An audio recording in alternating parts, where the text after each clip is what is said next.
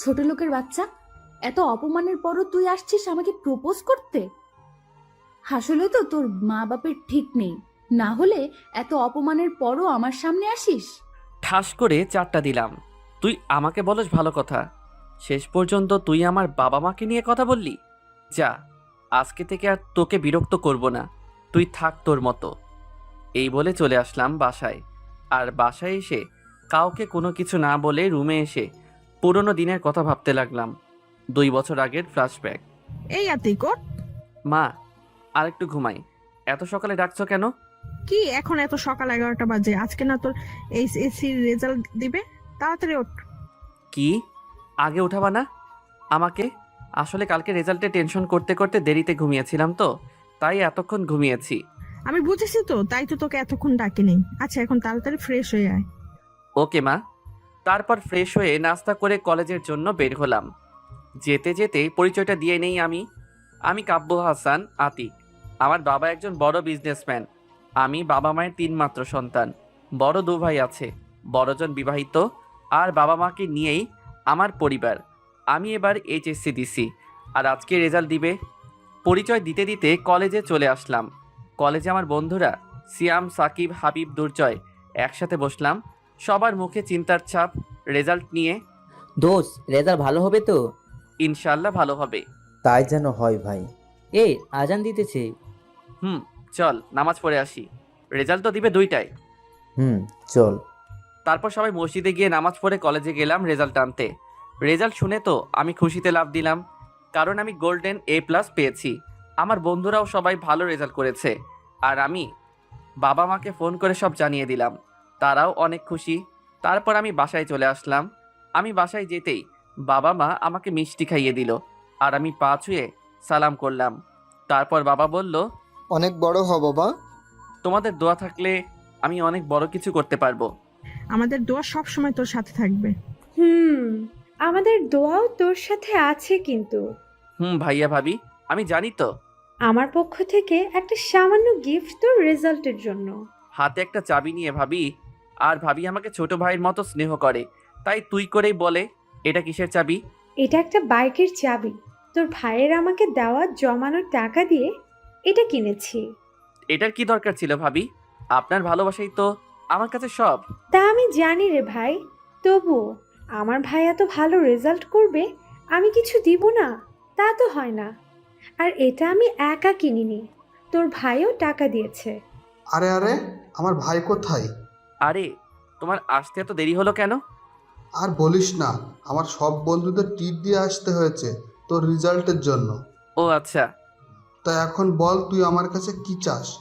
আরে, আমার কিছু লাগবে না। না না, তা বললে তো হবে না, তোর কিছু নিতে হবে। বল কি চাস? যা চাইবো তা দিবে তো? আমি বলছি তো, দিব। তোর যা চাই বল। ওকে, আমার আর একটা ভাবি চাই। মা দেখো ও কি বলে। ও তো ঠিকই বলেছে, এখন বিয়েটা কর বাবা। ভাইয়া, এটা কিন্তু ঠিক না। তুমি বলছো আমি যা চাইবো তুমি তাই দেবে। ওকে মা, যাও, আমি বিয়ে করব। ওকে ঠিক আছে, তাহলে এখন বিয়ের ব্যবস্থা করতে হবে, দেখছি। তারপর বিয়ের ব্যবস্থা করা হলো। 15 দিন পর বিয়ের অনুষ্ঠানের সব কিছুর ব্যবস্থা করছে বড় ভাই ও আব্বু।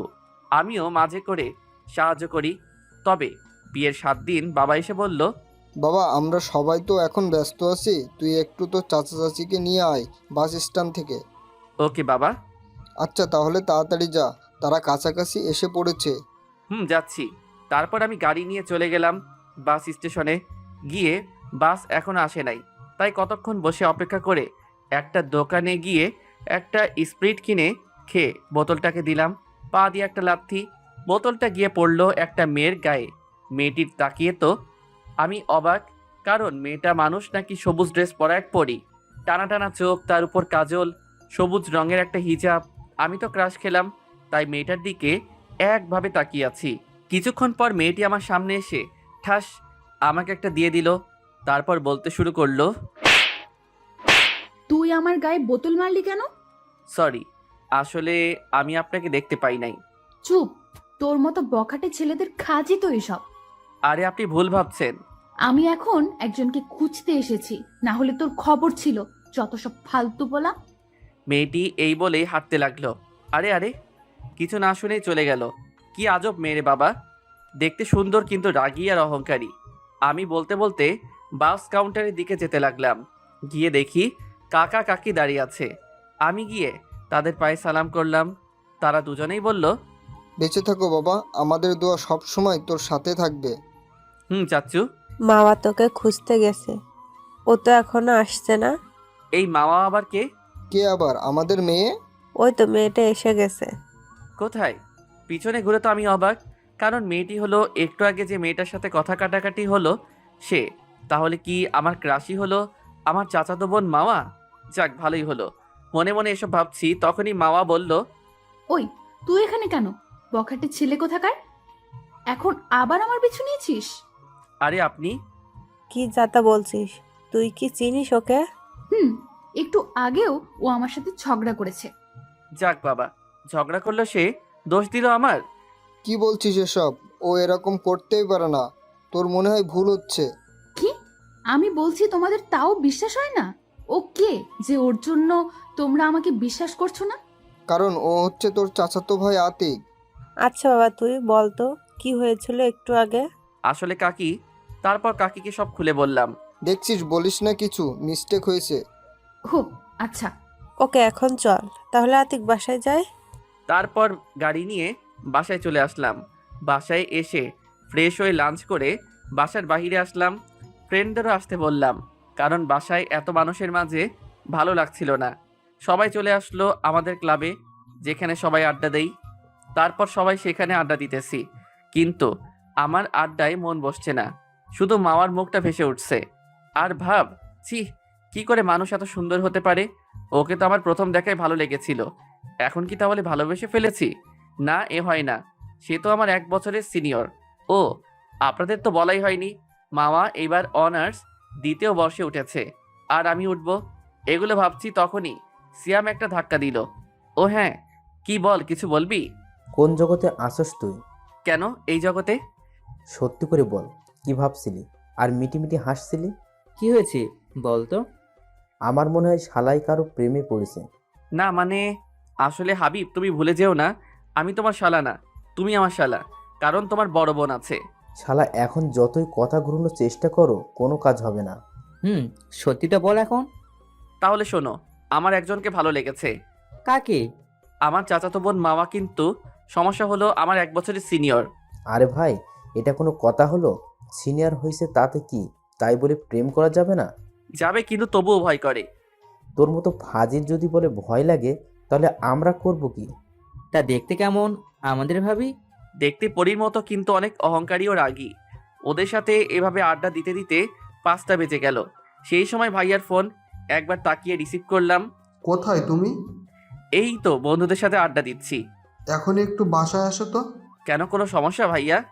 না, এই একটু মার্কেটে যাবা, মাওয়ার কি কি যেন কেনা লাগবে। ও আচ্ছা, আসছি বলেই ফোন কাটলাম। কি হলো, কোথায় যাবি? এই একটু তোদের ভাবিকে নিয়ে মার্কেটে যাব। কেন? তার কি যেন কেনা লাগবে। ও যা, তাহলে দেখ, পড়ানোর চেষ্টা করিস। আচ্ছা বলেই বাইক নিয়ে বাসায় চলে আসলাম। বাসায় এসে দেখি মামা আপু বসে আছে। আমি গিয়ে বললাম, চলো আপু। দাঁড়া, তোকে কিছু বলে নেই আগে। বলো। ওর সাথে কোনো ফাইজলামি করবি না। মা, আমি কি কখনো কারোর সাথে ফাইজলামো করেছি? না, তুমি তো ফাইজলামি করো না, শুধু সবাইকে জ্বালিয়ে মারো। মা। হয়েছে, আর ন্যাকামো করতে হবে না, এখন যা। ওকে চলো। আচ্ছা চল, কাকে কি বলছে ওটা যেন মনে থাকে। সেটা দেখা যাবে। এই বাসার বাইরে চলে আসলাম। তারপর বললাম, কিসে যাব? কেন, তোর বাইকে যাব, কিন্তু ব্রেক মারবি না। আমি ওই রকমের ছেলে না। তারপর বাইক চালিয়ে মার্কেটে আসলাম। তারপর আপুর প্রয়োজনীয় জিনিস কিনে যেই বের হব, তখনই দেখি আমার বান্ধবীগুলো দাঁড়িয়ে আছে। এরা হলো আমার ক্লাসমেট তিথি, অধরা, জান্নাত। ওরা আমাকে দেখেই আমার কাছে আসলো। কে রে এটা? আতিক? এটা তোদের ভাবি। এটা বলেই যেই ওর দিকে তাকালাম, দেখি কিছু বলতে না পেরে রাগে চোখ মুখ লাল হয়ে গেছে। আমাদের ভাবি তো দেখতে অনেক সুন্দর। অনেক সুন্দর মানিয়েছে। তা কবে থেকে শুরু করলি তোদের রিলেশন আমাদের না জানিয়ে? তোদের সাথে তো অনেকদিন দেখা হয়নি, তাই বলতে পারিনি। কুত্তা, একদম মিথ্যা বলবি না। তুই 1 সপ্তাহ আগেও আমার হাবিবের নামে মিথ্যে বলে টাকা নিয়েছিস। তোর কাছ থেকে অনেকদিন টাকা নেইনি, তাই তোর সাথে দেখা হওয়ার পর টাকা না নিলে হয়? কুত্তা, তোকে আমি। মামা আপু চুপচাপ আমাদের কাহিনী দেখছে আর হাসছে। আস্তে আস্তে তোমার রিলেশনের এমন বারাটা বাজাবো না, আর কখনো জোড়া লাগবে না। না না দোস্ত, তুই আমার কলিজার দোস্ত না। এতে হবে না, কিছু লাগবে। কত লাগবে বল? এই তো সোনা, লাইনে এসেছো। 5,000 টাকা দিলেই হবে। একটু কম করা যায় না? আমি এসব বিষয়ে বেশি কথা বলি না। তোকে আমি দেখে নিব। আচ্ছা, দেখে নিস। আচ্ছা ভাবি, আপনি ওকে একটু সাহায্য করবেন প্লিজ। আচ্ছা, ও কি করেছে সেটাই আমি জানি না। আচ্ছা শোনেন তাহলে। নীলা বলতে শুরু করলো 1 সপ্তাহ আগের ফ্ল্যাশব্যাক। আমি সেদিন একটু ছোট বোনকে দোকানে নিয়ে গিয়েছিলাম। তার মধ্যপথে ওর সাথে দেখা। তারপর ও বলল, কিরে তুই এখানে? আর অন্যজনকে তো দেখলাম না। থাক, তোকে বলবো না। আরে বল, বললে আমি কি পাবো? কি হয়েছে তাই বল। হাবিবকে তুই কি করতে দেখেছিস? আমি কাউকে শুধু শুধু কিছু বলি না। আচ্ছা কি লাগবে বল, তবুও বল ও কি করেছে। যদি 5,000 টাকা দিস তাহলে বলতে পারি। আচ্ছা দিব, এখন তো টাকা আনি নাই, কাল সকালে দিব। এনে এখন বল। আমি বাকি কাজ করি না। এখন তো আনি নাই, এত টাকা দিব কি করে? কেন, তোর বিকাশে টাকা আছে না? সেখান থেকে দে। ওকে দিতেছি, দাঁড়া। দে। তারপর আতিক দেখে ওর নাম্বারে বিকাশ থেকে মেসেজ এসেছে। টাকা তো দিয়েছি, এখন বল। শোন, আমাকে হাবিব ফোন দিয়ে বলেছে ও এখন এখানে আসছে। কি? কুত্তা, তুই আমাকে আবার বোকা বানিয়ে নিলি? ওই দেখ, হাবিব আসতেছে। আমি পিছনে তাকিয়ে দেখি সত্যি হাবিব আসছে। তারপর আতিকের দিকে ঘুরেই দেখি ও নেই, আর হাবিব আমার কাছে চলে এসেছে। কি হয়েছে তোমার, এভাবে দাঁড়িয়ে আছো কেন? আরে বলো না আতিক, আমাকেও আজকে বোকা বানিয়ে টাকা নিল। কেন, কি হয়েছে? তারপর ওকে সব খুলে বললাম। পারেও বটে। এই ছিল সেদিনের ঘটনা। ফ্ল্যাশব্যাক শেষ। ও তোমাকে এত বোকা বানিয়েছে? ও শুধু আমার থেকে নয়, ওদের সবার থেকেই নিয়েছে। আমাদের কাছ থেকেও নিয়েছে। কুত্তিগুলা। ওই তুই চুপ থাক। তুই ওদের সাথে এত ফাজলামো করিস কেন? আমি ভয় চুপ। এখন এসব বাদ। আমাদের রিলেশনের জন্য অনেক ট্রিট নিয়েছো। এখন আমাদের ট্রিট দিয়ে একটু ধন্য কর। তোর কাছ থেকে আজকে কিছু হলেও খরচ তো করতে পারবো। আমার কাছে খুচরা থাকলে 2 বা 1 টাকা দিয়ে তোদের মতো ফকিরদের বিদায় করতাম, কিন্তু তাও নাই। মাফ কর প্লিজ। কুত্তা, তুই আজকে যাই বলস না কেন, তোর আজকে ট্রিট দিতেই হবে। তোরা তোদের ভাবির কাছ থেকে ট্রিট নিয়ে নে। জানিস তোদের ভাবি কত ভালো? সে নিজেই বলছে তোদের ট্রিট দিবে। কুত্তা, আমি তোকে কখন বললাম? এটা আমাকে সকালে থাপ্পড় দেওয়ার জন্য একটা সামান্য বাস। সত্যি আমাদের ভাবি এত ভালো যে আমাদের ট্রিট দিতে চায়। মামা পড়ে গেছে মাইনকার চিপাই। মনে মনে ভাবতেছে, কুত্তাটা আমাকে এভাবে বাজাবে বুঝতে পারি নাই। এখন মনে হয় আমার টাকাগুলো গেল। কুত্তা, তোর ব্যবস্থা পরে করতেছি, এখন ওদের ট্রিট দিয়ে নেই। আচ্ছা চলো। আরে আরে, আমার বন্ধুরা আছে না, ওদেরও আসতে বলি। যতই হোক ওর বন্ধুর গপ ট্রিট দিবে। কুত্তাটা আমার টাকার আজকে 12টা বাজাবে। আচ্ছা আসতে বল। তারপর আমি সাইডে গিয়ে আমি হাবিবকে কল দিলাম। কোথায় তুই? এই তো এখানে আড্ডাখানায় আছি। সবাই আছে, ওদের নিয়ে রেস্টুরেন্টে চলে আয়। কোনো প্রশ্ন করবি না, যেভাবে বলবো সেভাবে কাজ করবি। ওকে। শোন, তাহলে রাস্তায় কিছু পথশিশু থাকলে তাদের নিয়ে আসবি, আর ওদের এমন জায়গায় বসাবি যেন মা আপু না দেখে। কিন্তু করছিসটা কি বলবি তো? বললাম না, কালকে তোদের সব বলবো। তারপর মাওয়া আপুদের কাছে এসে বললাম, চলো সবাই। তারপর সবাই মিলে রেস্টুরেন্টে গেলাম। কিছুক্ষণ পর হাবিবরাও চলে আসলো। তারপর শুরু হলো খাওয়া। আমরা ছেলেরা এমন খাওয়া খাচ্ছে মনে হয় 2 দিন কেউ কিছু খাই নাই। হাবিব তো বলেই ফেললো, ভাবি আপনি দেখতে যেমন সুন্দর তেমনি মনটাও অনেক ভালো। মাওয়া ওর কথা শুনে শুধু মুচকি হাসছে মানবতার খাতিরে, আর মনে মনে বলছে, এগুলো ফাজিলটার ফ্রেন্ড নাকি রাক্ষস? আজকে টাকাগুলো গেল। খাওয়া শেষে ওয়েটার যখন বিলের কাগজ হাতে দেয় তখন মাওয়া আপু অবাক, কারণ বিল হয়েছে 12,550। তখন মাওয়া আপু ওয়েটারকে ডেকে জিজ্ঞেস করলো, এত বিল হলো কি করে? আসলে ম্যাম, ওই যে দেখেন বাইরে দাঁড়িয়ে আছে। আপু দেখে 50টার মতো পথশিশু দাঁড়িয়ে আছে। তো আমার কি? আর কি ম্যাম, ওরা ওই স্যারেদের সাথে এসেছে। আমি তাকিয়ে দেখি মামা আমার দিকে রাগি চোখে তাকিয়ে আছে। তার উপর আমি দিলাম আবার চোখ টিপ দিলাম। এতে তো ও আরো তেলে বেগুনে জ্বলে উঠল। ফাজিল, তোর জন্য আমার এতগুলো টাকা গেল, তার উপর আবার চোখ টিপ মারিস? তোর একটা ব্যবস্থা করতে হবে। আমার সাথে ফাজলামো করার মজা হারে হারে টের পাবি। আচ্ছা, এই নিন টাকা। তারপর সবাই রেস্টুরেন্ট থেকে বের হলাম। তারপর সবাই মামা আপু ও আমার কাছ থেকে বিদায় নিল। এখন চলেন। হারামি, তোর জন্য আমার কতগুলো টাকা গেল। এটা আমাকে থাপ্পড় দেওয়ার জন্য? তাই দেখবানি মজা। এখন বাসায় চল। ওকে চলো। তারপর বাইক চালাতে শুরু করলাম। বাইক একটা দোকানের সামনে থামালাম। তারপর জিজ্ঞেস করলাম, আইসক্রিম খাবা? ফল্ট করছিস। থাক, তোমার খাওয়া লাগবে না, আমি একাই খাইছি বলে চলে গেলাম দোকানে। কুত্তা, আমাকে ফেলে এখন আইসক্রিম খাবে? এর একটা শাস্তি দিতেই হবে। আর আমিও বা ওটা কেন বলতে গেলাম? আমি দোকানে দুটো আইসক্রিম কিনে চলে আসলাম। আমি আপুর সামনে দাঁড়িয়ে আইসক্রিম খাইছি আর চোখে আপুর দিকে তাকাইছি। দেখি আপু আমার দিকে তাকিয়ে আছে। কুত্তাটা দুটো এনে আমাকে একটা দিচ্ছে না কেন? তারপর আমি বললাম, এই নিন। দে। আপনাকে না দিলে আমার পেট খারাপ হতো, তাই দিলাম। আইসক্রিম নিয়ে খোটা দিচ্ছিস? দাঁড়া, আজকে বাসায় যেয়ে নেই। তারপর আইসক্রিম খেয়ে দুজনে বাসায় আসলাম।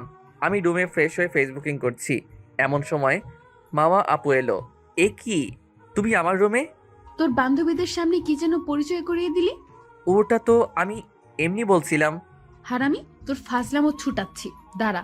বলেই দিল একটা বাড়ি। আরে ব্যথা পাচ্ছি তো। কুত্তা, তোর জন্য আমার এতগুলো টাকা গেল, আবার আইসক্রিম নিয়ে খোটা দিচ্ছিস? এই বলে এলো পাতারি মারতে শুরু করলো। আমাকে এমনভাবে মারছে পুরো শরীর ব্যথা করছে। অনেকক্ষণ মারার পর থামলো। আর কখনো আমার সাথে ফাজলামি করতে আসলে আবার এমন মারা মারবো। এই বলেই চলে গেল। হু, বাল মারবা? বড় বলে কিছু বললাম না। যতই হোক তুমি আমার ক্রাশ, আর আমার ফাইজলামও তুমি আটকাতে পারবে না। আমাকে মারার শাস্তি তোমাকে ফাইজলামও করেই দেব। আমি রুমে বসে একা একা। তারপর বন্ধু হাবিবকে কল দিলাম। হ্যালো, বল। দোস্ত, কাউকে লাঠি দিয়ে পিটালে তার শরীরে যে ব্যথা হয় তার ওষুধ নিয়ে বাসায় আয়। কেন, তোকে আবার কে মারছে? তুই বাসায় আয়, তোকে সব বলছি। আর হ্যাঁ, ওষুধ যেন কেউ না দেখে। আচ্ছা, আসছি। আয় বলেই টুট টুট ফোন কাটলাম। তারপর হাবিব বাসায় আসলো ওষুধ নিয়ে। আমি খেয়ে নিলাম। তারপর এখন বল কি হয়েছিল। হাবিবকে সব খুলে বললাম। শালা, তুই আজকে ভাবের হাতে মার খেলি? হুঁড়ে, তোদের ভাবি অনেক রাগী। ভাই, আমার নীলা যেন এমন না হয়। শালা, যে বেশি রাগী হয় ভালোবাসতেও সে বেশি জানে। তা ঠিক। এর মধ্যে ভাবি আমাদের ডিনারের জন্য ডাকলো। আমরা না করে দিলাম। কারণটা তো আপনারা জানেনই, আপু ট্রিট দিছিল আর হাবিবকে আজ বাসায় যেতে দেয়নি। তাই দুজনে গল্প করতে ঘুমিয়ে গেলাম। সকালে ঘুম থেকে উঠে দেখি শরীরে কোনো প্রকার ব্যথা নেই। তারপর আমি হাবিব দুজনে ফ্রেশ হয়ে নাস্তা করে রুমে এসে ভাবতে লাগলাম কিভাবে মাওয়া আপুকে জ্বালানো যায়। তারপর মাওয়া আপু রুমে গেলাম। কি করো তুমি? আই শোন, আমি তোর বড়, সো আমাকে আপনি করে বলবি। পারবো না, আমি তোমাকে বিয়ে করব। বউকে কি কেউ আপনি করে বলে? দাঁড়া, ছুটাচ্ছি তোর বিয়ে করা। এত কাছে এসো না আপু, কিছু একটা করে ফেলবো। কি করবি তুই আমাকে? দেখবে কি করতে পারি। এই বলেই চুল ধরে কাছে টেনে এনে দিলাম। 4 ঠোঁট এক করে দিলাম। 30 সেকেন্ডের মতো, বেশি রাখতে পারিনি। মামা জোর করে ছাড়িয়ে। কুত্তা, তোর এত বড় সাহস, তুই আমাকে কিস করলি? দাঁড়া, আজকে তোর খবর আছে। এই বলে মামা ঝাড়ু হাতে নিল। যেই আমার কাছে এসে মারতে যাবে তখনই আমি, আরে কাকি, এটা বলার পরই ভয়ে মামা ঝাড়ু ফেলে পিছনে তাকায়। আর আমি এই সুযোগে তার গালে একটা কিস করে দিলাম। দৌড়। কুত্তা, তুই আমাকে আবার কিস করলি? এই বলে আমার পিছনে ছুটলো। আমি কি কাকির পিছনে দৌড়ালাম। কি হয়েছে আমার ছেলেটার? কাকি, দেখো না, তোমার মেয়ে আমাকে মারছে। কেন, কি হয়েছে? তুই ওকে মারছিস কেন? মা, তুমি জানো না ও কি করেছে। কি করেছো তাই বল। আমি বলছি আমি কি করেছি। আমি দুইটা আমাকে বলতে না দিয়ে মুখ চেপে ধরেছে মামা। থাক, বলতেও হবে না, ও কিছু করে নাই। তোদের মধ্যে কি তা আমি বুঝি না বাপু। শুধু এতটুকুই জেনে রাখ, আমার ছেলের গায়ে হাত পড়লে তোর হাত কেটে ফেলবো। মা, তুমি বলো তো, তুমি আমার মা নাকি এই কুত্তাটার? কাকি দেখো, তোমার সামনে আমাকে কুত্তা বলছে। আদুরি গলায় আমি বলে আপুর দিকে তাকিয়ে চোখ মারলাম। এটা দেখে আপু তেলে বেগুনে জ্বলে উঠলো। শুধু কাকির সামনে দেখে কিছু বলতে পারছে না। ঠাটি একটা চর মারলে ওকে আমার সামনে বেয়াদবি করার শখ মিটে যাবে। মা, যদি শুনি তুই আতিককে কিছু বলছিস, তোর খবর আছে। মাওয়া একেবারে ভয়ে চুপসে গেছে। আর অন্যদিকে ঘরে ঢুকতে ঢুকতে বলল, ছোট ওকে নিয়ে বেশি লাপাস না, একদম মাথায় উঠে যাবে। কাকি, এটা মা বোঝে না। ওই ফাজিল, একদম নাকামো করবি না। তুই কি রকম তা আমি জানি। মামা মায়ের কথা শুনে মিটিমিটি হাসছে। বড় আম্মু একেবারে ঠিক কথা বলেছে। ওই, তোকে চুপ থাকতে বলছি না? মামা আবার চুপ হয়ে গেল। আর ভাবি, আমার ছেলেটাকে নিয়ে কোনো বাজে কথা বলবা না, তাইলে আমি ওকে আমার সাথে নিয়ে যাব। থাক তুই তোর ছেলেকে নিয়ে, আমি আমার মেয়েকে নিয়ে চললাম। এটা বলেই মাওয়াকে নিয়ে চলে গেল মা। বাবা তুই বস, আমি আর তুই আড্ডা দিব। তারপর আমি আর কাকি কিছুক্ষণ আড্ডা দিয়ে রুমে গেলাম। আমি রুমে বসে ফ্রি ফায়ার খেলছিলাম, তখনই আপু আসলো। এসে আমার থেকে ফোন নিয়েই মারলো এক আছাড়। যাক বাবা, আমার ফোনটা ভেঙে একেবারে শেষ। তারপর আমি আপুর দিকে তাকিয়ে দেখি প্রচুর রেগে আছে। এ কি আপু, কি হয়েছে? তুমি এরকম করছো কেন? আর ফোন ভাঙলে কেন? তোর ফোনের গুষ্টি পিন্ডি, আগে বল তুই আমাকে কিস করার সাহস কই পেলি? আমি তো ভয় শেষ। আরে কাকি তুমি? এবার আর মিথ্যা কথা বলে পালাতে পারবি না। আরে আরে, তুই আমার ছেলেটার কলার ধরছিস কেন? কাকি দেখো না, আমাকে মারতে এসেছে। কি? কাকির আর কিছু বলার আগেই মাওয়া দৌড় দিয়ে পালালো। থাক বাবা, ওকে আমি পরে দেখতেছি, এখন তুই খেতে আয়। আচ্ছা তুমি যাও, আমি আসছি। আতিক বাবা, এদিকে আয় তো। আসছি বলেই কাকির কাছে চলে গেলাম। দেখি মাওয়া রাগী চোখে তাকিয়ে আছে। বলো কি বলবে? এই নে বাবা, কি আছে এতে? খুলেই দেখ না। আমি গেলাম রুমে। মাওয়ার পাশে এখনো দাঁড়িয়ে আছে। আমি তার সামনেই খুলে দেখি একটা আইফোন। তারপর আমি খুশিতে লাফ দিলাম। দেখ দেখ, কুত্তাটা আমার সামনে লাফাচ্ছে। এত লাফাচ্ছিস কেন? দেখো দেখো, তুমি আমার 20,000 টাকার ফোন ভেঙেছো, আর আমি তোমার থেকে 63,000 টাকার ফোন নিলাম। ইয়াহু বলে আবার লাফ দিলাম। দেখ, তোর জন্য আমার এতগুলো টাকা গেল, আবার আমার সামনে লাফাচ্ছিস? ভালো হবে না কিন্তু। কি করবে তুমি? তুমি আমার কিচ্ছু করতে পারবে না বলেই দিলাম দৌড়। মামা আপুও পিছনে দিল দৌড়। আমি রুমে গিয়েই দরজা আটকিয়ে দিলাম। কি রে, দরজা আটকালি কেন? তোর তো অনেক সাহস, দরজা খোল। না না, আমি তোমাকে ভয় পাই না। দরজার কাছে একটা রাক্ষসী পেতনি আছে, তাকে ভয় পাই। তুই আমাকে রাক্ষসী পেতনি বললি? তুই তো লাল বান্দর, কুত্তা, নাইজেরিয়ান বন মানুষ। আরো অনেক গালি দিতেছে। আমি চুপ করে দাঁড়িয়ে গালি শুনছি। বুঝতে পারতেছি আমি বের হলে আমার অবস্থা শেষ, তাই চুপ হয়ে আছি। আর অন্যদিকে মাওয়া দেখে এত গালি দেওয়ার পরেও আমি বের হচ্ছি না, তখন নিজের মাথার চুল ছিঁড়তে চলে গেল। আমি কতক্ষণ পর দেখি কোনো শব্দ হচ্ছে না, তাই বুঝলাম মামা চলে গেছে। তাই ফোন চার্জে লাগিয়ে দিয়ে একটা গল্পের বই পড়তে লাগলাম। এইভাবে আমার ফাজলামো করতে করতে গেল 3 দিন। আজ ভাইয়ার গায়ে হলুদ, তাই বাসা সাজানো হয়েছে, অনেক আত্মীয় স্বজনও এসেছে। সকালবেলা আমি ঘুমাচ্ছিলাম, তখন ভাবি আসলো। কি দেবর মশাই, এখনো ঘুমাচ্ছিস? এখন ওঠ। ভাবি, একটু ঘুমাতে দিন। এখন ওঠ না ভাই, অনেক কাজ আছে। ওহ, আপনার জ্বালায় একটু শান্তিতে ঘুমাতেও পারবো না। এই নে, এটা দিয়ে কি করব? এটা গায়ে হলুদে পরবি, আর এটা বিয়েতে পরবি। আর একটা নীল রঙের পাঞ্জাবি নিয়ে। ভাবি ভাবি এগুলো পরে কি করব? এগুলো পরতে হবে, ব্যাস, আর কোনো কথা হবে না। আচ্ছা ভাবি। এগুলো পরলে একটু সাবধানে থাকিস, কারণ আমার দেবরকে এগুলো পরা অবস্থায় দেখলে মেয়েরা টাঙ্কে মারতে চাইবে। আমার তো মামা হলেই হয়, মনে মনে বললাম। আচ্ছা ভাবি। ওকে, এখন ফ্রেশ হয়ে নিচে আয়। বলেই চলে গেল ভাবি। তারপর নিচে গিয়ে নাস্তা করে মাওয়াকে খুঁজতে লাগলাম। পেয়েও গেলাম। দেখি মাওয়া আমার কাজিনদের সাথে আড্ডা দিচ্ছে, তাই আমি ওদের কাছে গেলাম। কি মিস ময়দা সুন্দরীরা কি করছে? কি বলি তুই? আমরা ময়দা সুন্দরী? তো কি, যেভাবে ময়দা দিয়েছেন, এতে একটা ময়দার দোকান দিলে ময়দার ব্যবসায়ী 1 বছরে কোটিপতি হয়ে যাবে। তুই এখান থেকে যাবি নাকি তোর নাক ফাটাবো? সব সময় এত ভেজাল থাকেন কেন? কি আমি ভেজাল? দাঁড়া, আজকে তোর একদিন কি আমার যে কয়দিন লাগে। এই বলেই রুমের ঝাড়ুটা হাতে নিল মাওয়া। আরে আরে করছো কি? আমি তো মজা করেছিলাম। দাঁড়া, ছুটাচ্ছি তোর মজা। আমাদের কাহিনী দেখে কাজিনরা হাসছে। না, দেখি পরিস্থিতি গরম, তাই আমি দিলাম দৌড়। মামা এসে আমাকে ধরতে না পেরে আরে দৌড়াচ্ছিস কেন? আয়, মজা করবি না? এক দৌড়ে নিচে চলে আসলাম, সবাইকে কাজে সাহায্য করতে লাগলাম। অন্যদিকে উপরে আপু, ও এত ফাজলামো করে কেমনে? জানি না রে, আমাকে তো একেবারে জ্বালিয়ে মারে। আপু, তোমার কাছ থেকে কোনো টাকা নেয়নি ফাঁদে ফেলে? আর বলিস না, কুত্তাটা আমার অনেক টাকা নিয়েছে। তাই নাকি? ও তাহলে তোমাকেও ছাড়ে নাই? না, কেন? ও কি তোমাদের থেকেও টাকা নিয়েছে? শুধু আমাদের না, আমাদের বয়ফ্রেন্ডের কাছে থেকে টাকা নিয়েছে। হ্যাঁ, বলো কি? তোমাদের বয়ফ্রেন্ডদেরও ছাড়ে নাই? শুধু তাই না, তাদের বাস দিয়ে টাকা এনেছে। কি? কিভাবে? সে অনেক বড় কাহিনী। বলো শুনি। আচ্ছা, তাহলে শোনো। শান্তা বলতে শুরু করলো।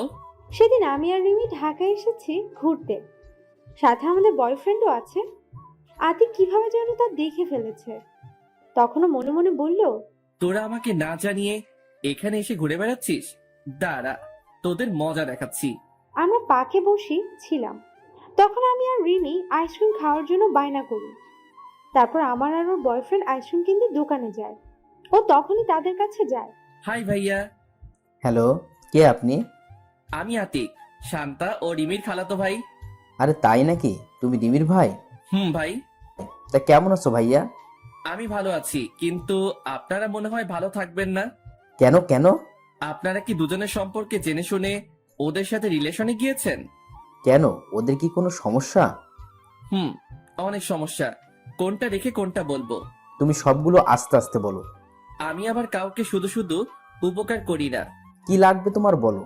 কিছু চাই না, দুজনে মাত্র 10,000 টাকা দিলেই হবে। কি?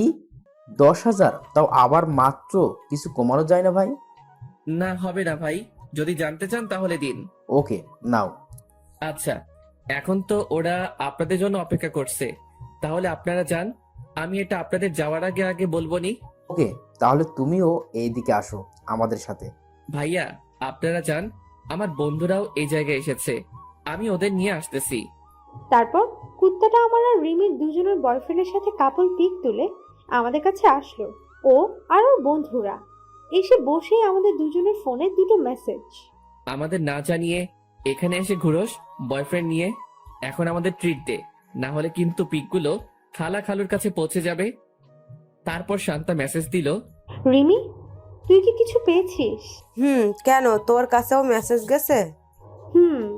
তাহলে এখন কি করবি? কি আর করার, হারামিটা এখন আমাদের টাকার 12টা বাজাবে। তাই তো দেখছি। তারপর আতিক আমাদের কাছে আসলো। কিরে, তোরা কেমন আছিস? হারামিটা বাস দিতে চাইছে, এখন আবার নাদান সাজছে। ভালো, তুই কেমন আছিস? আচ্ছা, তাহলে এখনই চল রেস্টুরেন্টে ওদের নিয়ে। আমার ভাইটাকে ট্রিট হবে না? এত আদর করতেছে, ফাঁদে না পড়লে এখন লাফতি দিতি। আরে আমার ট্রিট লাগবে না, তোরা এনজয় কর। হারামি আর কত নাটক করবি? আরে না, তুই আমার গুলুগুলু ভাই, তোর সাথে দেখা হয়েছে, ট্রিট না দিয়ে পারি? আয়, ওদের সাথে পরিচয় করিয়ে দে। থাক, লাগবে না, আমি তাদের সাথে পরিচিত হয়েছি, ঠিক না ভাইয়ারা? আমরা পরিচিত হয়েছি। আচ্ছা, তাহলে চল এখন। ট্রিট নিতে পারি যদি তোদের টাকায় দিস। একেবারে মনের কথা বলছো ভাই। আরে তা কি করে হয়? সরি ভাইয়া, আমি ওদের থেকে ট্রিট নিব। আরে ভাই, এটাতেই ঠিকঠাক, তা কি করে হয় বলো? সরি ভাইয়া, তাহলে আমরা খাবো না। হারামি, তুই আমাদের টাকাই খরচ করাবি, তোকে সময় মতো পেয়ে নেই। আরে ভাই চল, আমরাই খাওয়াবো। ভাই চল। তারপর ও আর ওর 10 জন সহ আমরা রেস্টুরেন্টে গেলাম। তারপর ও আর ওর বন্ধুরা সবাই যে যার মতো অনেক খাবার অর্ডার করে খায়।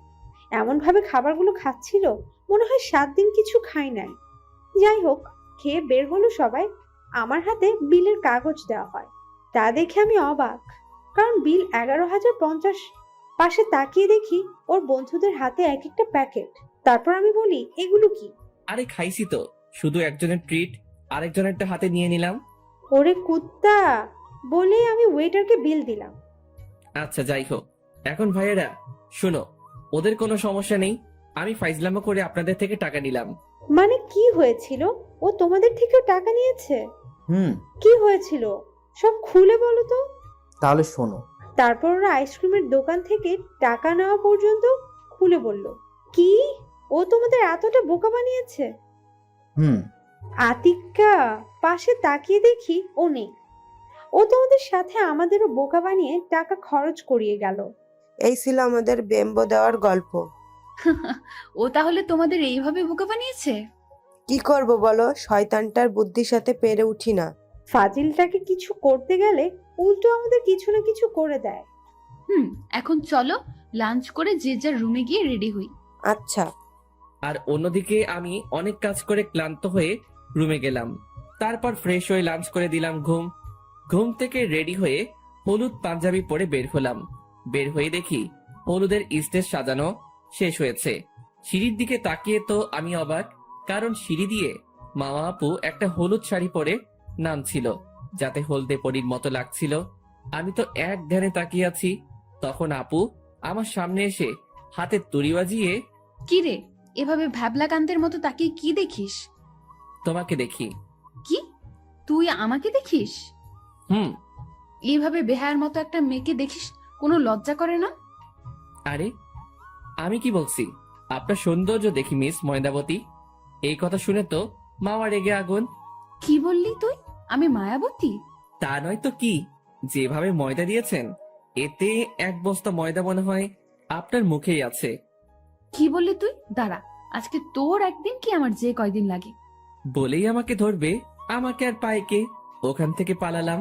কি রে, পালাচ্ছিস কেন? দাঁড়া। না শুনেই চলে আসলাম। তারপর আমি আমার ক্যামেরা নিয়ে রুম থেকে বের হলাম।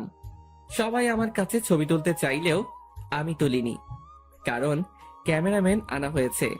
আমি সুযোগ পেলেই শুধু মামা আপুর ছবি তুলছি, যা তার চোখে ধরা পড়ে গেলাম আমি। তারপর আমার কাছে আসলো। তুই আমার ছবি তুললি কেন?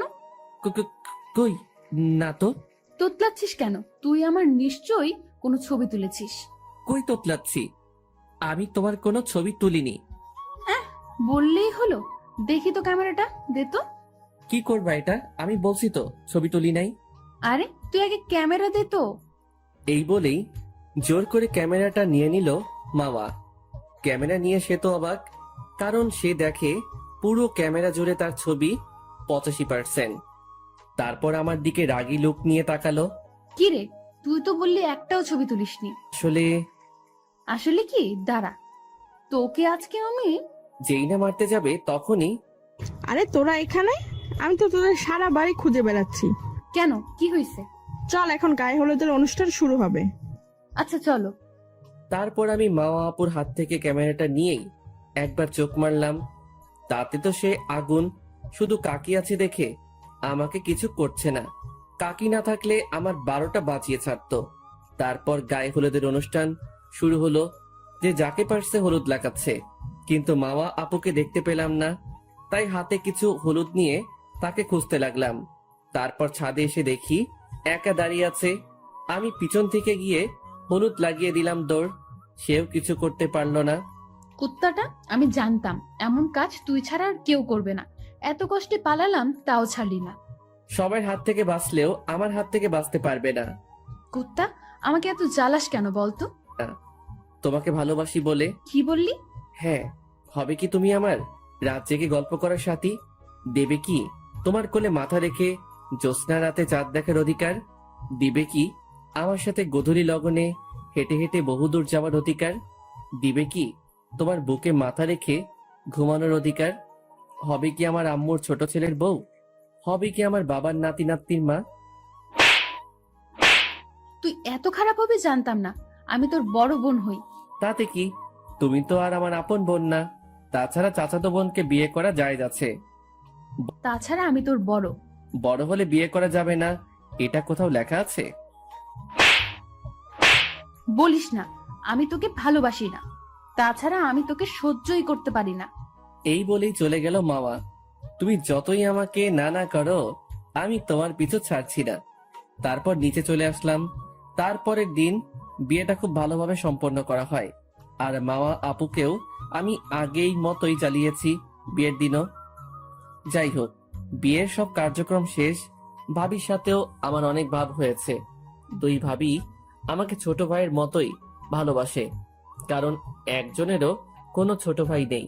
বিয়ের 7 দিন পর সব আত্মীয় স্বজন চলে গেছে, শুধু মামা আপুরা বাদে। আমি ঘুমাচ্ছিলাম। এই উঠ, আর কত ঘুমাবি? ভাবি ঘুমাতে দিন। কি তুই উঠবি নাকি পানি দিব? তোমরা দুজন সকাল সকাল কি শুরু করেছো? আজকে তুই আমাকে আর রিদিকে নিয়ে ঘুরতে যাবি। এখন পারবো না, আমাকে ঘুমাতে দাও। আচ্ছা ঠিক আছে, তোর যাওয়া লাগবে না। আমরা তোর কে হই যে তুই আমাদের সাথে যাবি? তাই কতদিন হলো আমাকে নিয়ে ঘুরতে যাস না।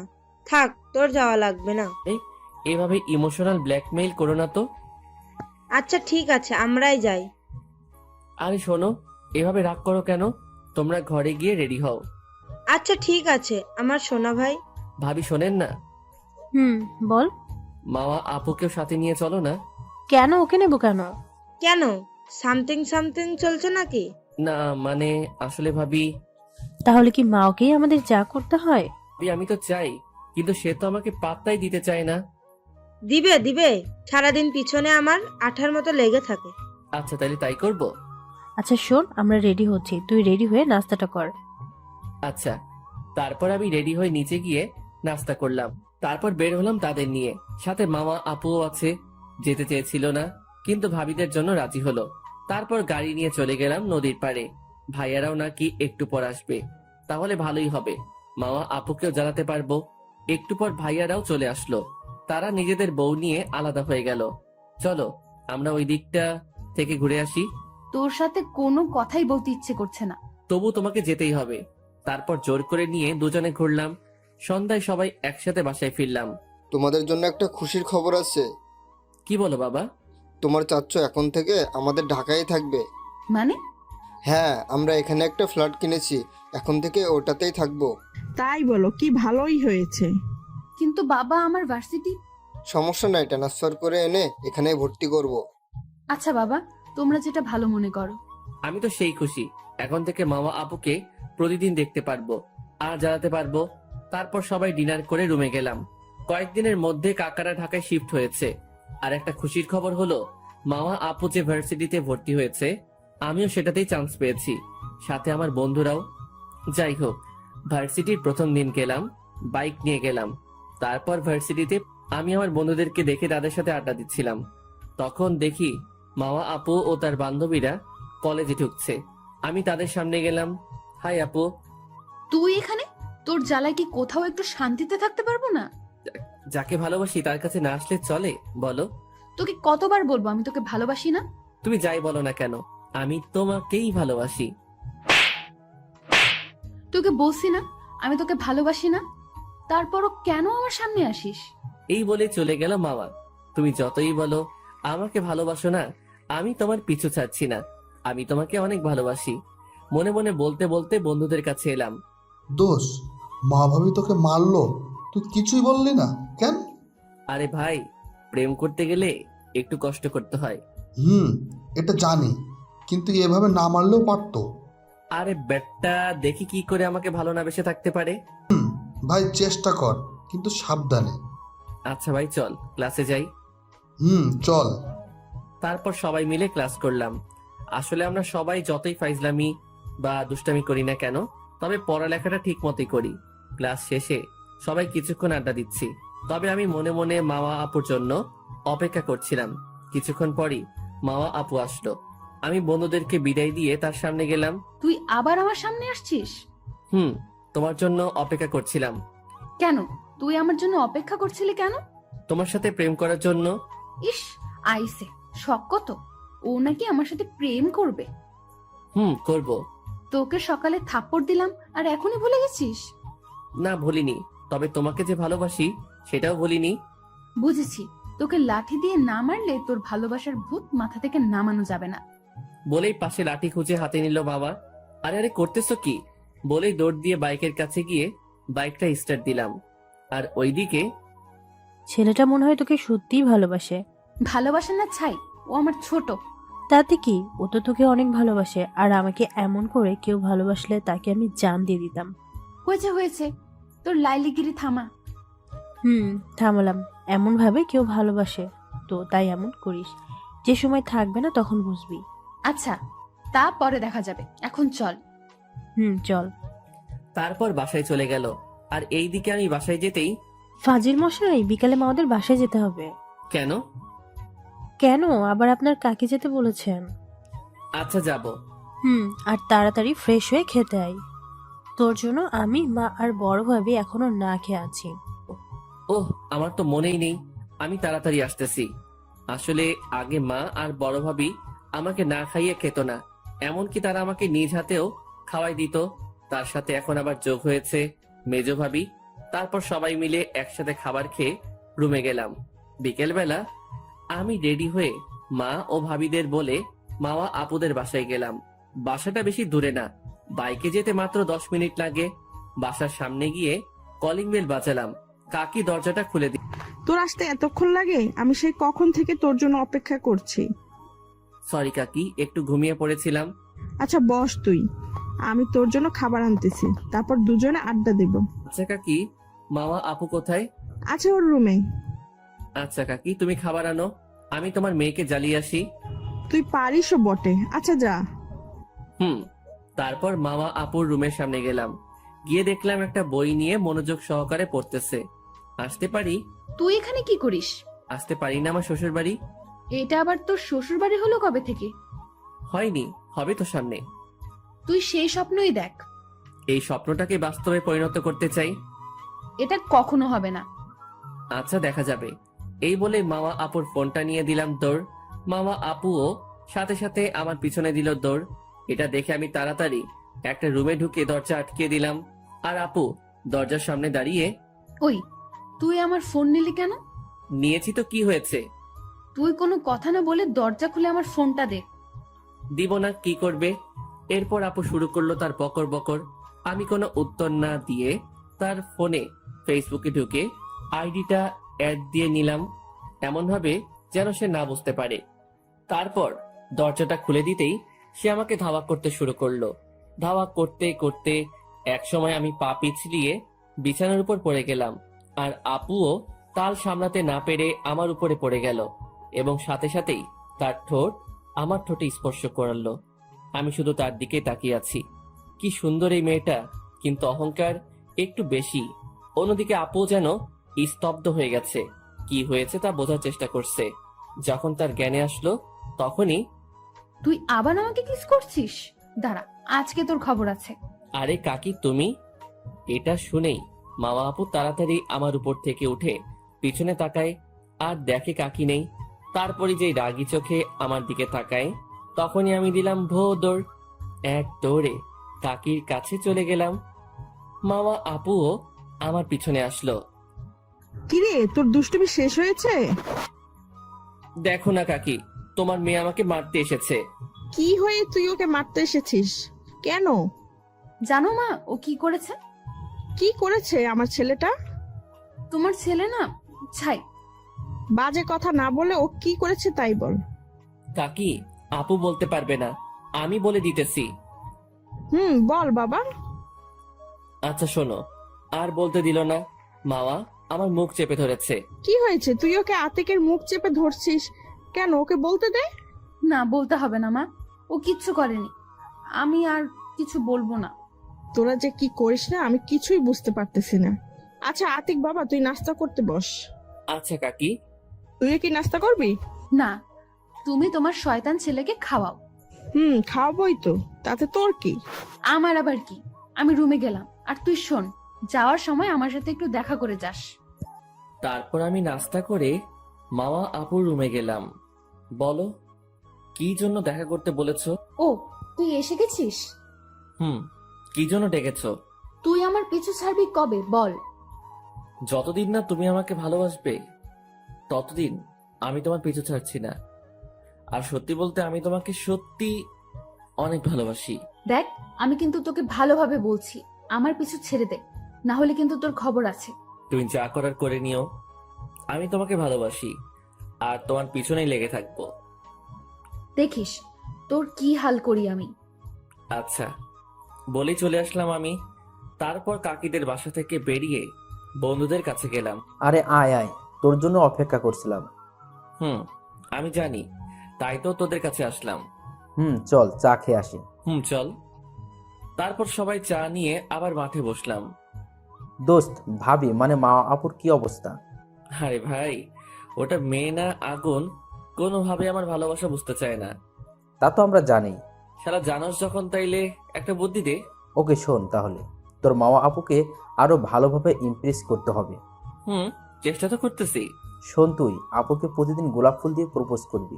আপু কি শালা ভাবি বলবি? আর দেখা হলে তাকে ভাবি বলে ডাকে দিবি। আর হ্যাঁ, এখন থেকে প্রতিদিন গোলাপ ফুল দিয়ে প্রপোজ করব। কিন্তু কিন্তু কি? ভাই, সে যা রাগী কিনা আমাকে প্রতিদিনই থাপ্পড় মারে। একটু কষ্ট তো করতেই হবে। আচ্ছা ঠিক আছে, 4টা বেজে গেছে, এখন চল সবাই বাসায় যাই। আচ্ছা ঠিক আছে, কাল থেকে কাজ শুরু করে দিস। আচ্ছা। তারপর সবাই বাসায় চলে গেলাম। তারপর হালকা বিশ্রাম নিয়ে সবার সাথে ডিনার করে ঘুমের রাজ্যে হারিয়ে গেলাম। পরের দিন সকালবেলা ভাবির ডাকে ঘুম থেকে ব্রেকফাস্ট করে আগে ফুলের দোকান থেকে এক গুচ্ছ গোলাপ ফুল কিনলাম।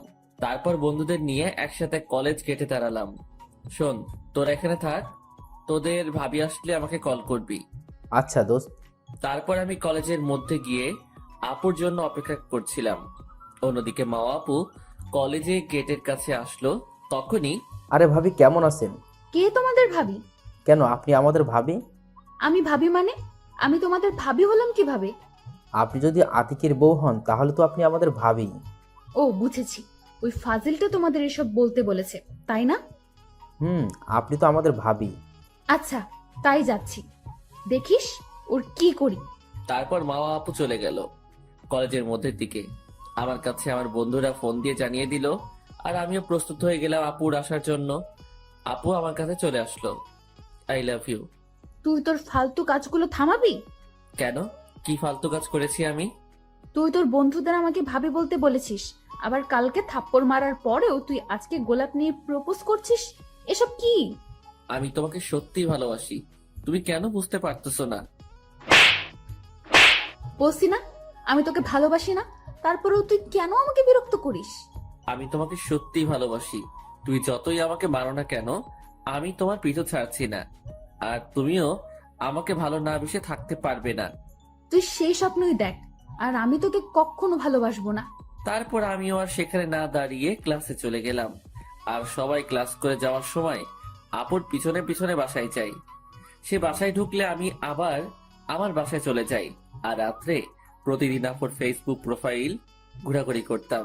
মোট সবসময় আপুর খেয়াল রাখার চেষ্টা করি। এভাবে চলে গেল 6 মাস। এখনো আপু আমার সাথে আগের মতোই খারাপ ব্যবহার করে। প্রতিদিন তাকে প্রপোজ করতাম, আর প্রতিদিনই তার হাতে মায়ের খেতে হতো। তাছাড়া প্রতিদিন অপমান তো সাথে আছেই। তারপর একদিন কলেজে যাওয়ার জন্য রেডি হচ্ছিলাম, তখনই আমার বন্ধু সিয়াম কল দিল। দোস্ত, তুই কোথায়? এই তো বাসা থেকে কলেজের দিকে বের হব। কেন? দোস্ত, তুই তাড়াতাড়ি কলেজে আয়। মা আপুকে দেখলাম একটা ছেলের হাত ধরে কলেজে ঢুকতে। বুকের বাঁ পাশে শূন্যতা অনুভব করলাম। কি বলছিস এসব তুই? আমি এখনই আসছি। ওকে, তাড়াতাড়ি আয়। এরপর তাড়াতাড়ি বাইক নিয়ে আমি কলেজে গেলাম। কলেজে গিয়ে দেখি সত্যিই মা আপু একটা ছেলের সাথে বসে আড্ডা দিচ্ছে। এটা দেখে আমার চোখ ভিজে গেল। তারপর আমি তাদের সামনে গেলাম। আমাকে দেখে আপু, ও তুই এসে গেছিস, আয় তোর সাথে পরিচয় করিয়ে দেই। এই হচ্ছে আমার বয়ফ্রেন্ড সিফাত, ওর সাথে ফেসবুক থেকে রিলেশন শুরু করেছি। মানে এটা কি আপু? আমি তোমাকে পাগলের মতো ভালোবাসি, আর তুমি কিনা তার সাথে রিলেশনে গিয়েছো? ও কি বলছে এসব মামা? আরে তুমি কিছু মনে করো না, ও এইরকমই। ওর পরিচয় তো তোমাকে দেওয়াই হলো না। ও হচ্ছে আমার কাজিন আতিক, আর ও আমাকে প্রতিদিনই আই লাভ ইউ বলে, বাট আমি ওকে ভালোবাসি না। ও তাই বলো মামা? আর শোনো আতিক, তুমি আর মামাকে ডিস্টার্ব করবে না। ও তোমাকে ভালোবাসে না, ও আমাকে ভালোবাসে, তাই ওকে আর জ্বালাতন করবে না। বিকেলে রুম থেকে বের হলাম। আমাকে দেখে মা বাবা, ভাবিরা আর ভাইয়ারা অবাক চোখে তাকিয়েছে। আমি রুম থেকে বের হচ্ছি না। এটা শুনেই বাবা আর ভাইয়ার বাসায় চলে এসেছে। কি হয়েছে তোর বাবা? তুই আটকে রেখেছিস কেন? তাছাড়া তোর চোখ লাল কেন? তাই তো মনে হচ্ছে অনেকক্ষণ ধরে কান্না করেছে। তুই কি কোনো কারণে কান্না করেছিস? এমন সময় কাকি আসলো। কি হয়েছে বাবা তোর? তুই এমন করছিস কেন? চেহারার কি হাল করেছিস? কি হলো, কথা বলিস না কেন? আরে থামো, তোমরা আগে আমার ছেলেটাকে কিছু খাওয়াও, তারপর আমার ছেলে মাথা ঠান্ডায় সব কিছু বলবে। ও তাই তো, আম্মু, আপনি ওকে নিয়ে আসুন, আমি টেবিলে খাবার বেড়ে দিতেছি। তারপর আম্মু খাবার টেবিলে নিয়ে গেল। কাকি আমাকে খাইয়ে দিচ্ছে, আমি খাচ্ছি। আর অন্যদিকে মাওয়া গেল সিফাতকে দেখতে। কেমন আছো সিফাত এখন? এখন একটু ভালো। জানো, আজকে সকালে আতিককে তোমার জন্য অনেক অপমান করেছি, কিন্তু ও তাই নাকি? আমি জানতাম আমাকে মারলে তুমি আমার ব্যথা সহ্য করতে পারবে না, তবে আবার কিন্তু ও আজকে আমার গায়ে হাত তুলে আমাকে অনেক অপমানজনক কথা বলেছে। এখন আমি চাই তুমি ওকে তোমার বন্ধু বান্ধব নিয়ে মারো। না সোনা, এটা করা যাবে না। ওদের ফ্রেন্ড সার্কেল অনেক ডেঞ্জারাস, পরে আমাদের অনেক ক্ষতি করবে। তাহলে এখন কি করবে? শোনো, আমার কাছে একটা বুদ্ধি আছে। আমরা অন্য এলাকা থেকে গুন্ডা ভাড়া করে এনে মারি, তাহলে কেমন হয়? ও, তাইলে অনেক ভালো হয়। শোনো, যে সময় মারবে আমি ওদের সাথে থাকবো। আচ্ছা। তারপর সিফাত ওর বন্ধুকে সব ব্যবস্থা করতে বলে, আর ওর বন্ধু সব করেও ফেলে। তা শুনে মামা অনেক খুশি। মামা, আমরা বিয়ে করব কবে? করব আমার পড়াশোনাটা শেষ হলে। তুমি একবার চিন্তা করে দেখেছো, তোমার বাবার সম্পত্তি আর আমাদের সম্পত্তি যখন এক হবে, তখন আমরাই হব এই শহরের টপ বিজনেসম্যান। আচ্ছা, আমি এখন যাই, মা চিন্তা করবে। আচ্ছা যাও, আর বিকেলে ফোন দিলে চলে আসবে। তারপর মামা আচ্ছা বলেই বাসায় চলে গেল। আর এইদিকে আমার খাওয়া শেষ। এখন বল ভাই, তোর কি হয়েছে? কিছু না ভাইয়া, আমাকে একটু বাইরে যেতে দাও, ঘুরতে যাব। আমার এখানে ভালো লাগছে না। আচ্ছা যা, রাত্রে কিন্তু সব বলতে হবে। আচ্ছা বলবো। তারপর বন্ধুরা আমাকে আড্ডা দেওয়ার জায়গায় আসতে বলে। তারপর সবাই মিলে আড্ডা দেওয়ার জায়গায় চলে আসলাম। দোস্ত, এখন মাওয়া আপুর পিছনে তোকে যেন আর না দেখি। ভাই, এখন ওকে ভুলে নতুন করে শুরু কর। দোস্ত, আমি আর এই ভার্সিটিতে থাকতে চাই না। তুই এই ভার্সিটিতে না থাকলে আমরা কেউ থাকবো না। দোস্ত চল, আমরা কুমিল্লা প্রাইভেট ভার্সিটিতে ক্লাস করি আর এখানে পরীক্ষার সময় পরীক্ষা দেই, কারণ ওই ভার্সিটিতে আমার কাকা একজন প্রফেসর। আমি তো এটাই চাই। তাইলে আর কি, সিয়াম তুই তোর কাকার সাথে কথা বল, আর আমরা কুমিল্লা যাওয়ার প্ল্যান করি। তাই করি আমরা। আচ্ছা ঠিক আছে, আমি কাকার সাথে কথা বলবো। তারপর আজকে আমি ওদের সাথে বেশি আড্ডা দিলাম না, বাসার দিকে রেডি হলাম। তারপর আমি 5:30টায় ওদেরকে বলে আড্ডা থেকে বিদায় নিলাম। আমি বাইক নিয়ে বাসার দিকে যাচ্ছিলাম, তখনই আমার সামনে একটা কালো গাড়ি আসলো। তখনই আমি ব্রেক করলাম। তারপর গাড়ি 15 জন মুখ বাঁধা মানুষ নামলো। কিরে, তোর নাকি এই এলাকায় কেউ কিছু বলতে পারে না? আপনারা কারা? আমার কাছে কি চান? আমরা তো জীবন চাই। কি বলতে চান আপনারা? তারপর লোকটি কিছু বলার আগেই আমার মাথায় কে যেন আঘাত করলো। আমি মাথায় হাত দিয়ে পিছনে তাকিয়েই দেখি মাওয়া আপু হাতে লাঠি নিয়ে দাঁড়িয়ে আছে। আপু তুমি? হ্যাঁ আমি। আর এই লোকগুলো আমার ভাড়া করা। কিন্তু তুমি আমাকে মারতে চাও কেন? তুই সিফাতকে মেরেছিস, তাছাড়া আজকে কলেজে সবার সামনে থাপ্পড় মেরেছিস। এগুলো কি আমি এমনি এমনি ছেড়ে দেব? তুমি তো আজকে আমাকে মেরে ফেলবে। তাহলে আমি কিছু কথা বলি। একদিন তোমার এই অহংকার ভেঙে যাবে, সেদিন তুমি আমায় চাইবে কিন্তু পাবে না। আর হ্যাঁ, সিফাত তোমাকে নয়, তোমার টাকাকে ভালোবাসে। আমার এই কথাটা মিলিয়ে নিও।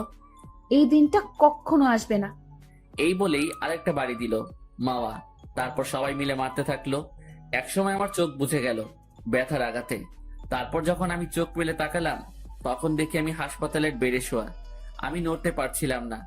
আমার সারা শরীরে প্রচুর ব্যথা এবং হাতে পায়ে ব্যান্ডেজ। আমার জ্ঞান ফিরতে দেখে মা আমার কাছে এসে ডাক্তারকে ডাক দিল আর আমাকে ধরে কান্না করে দিল।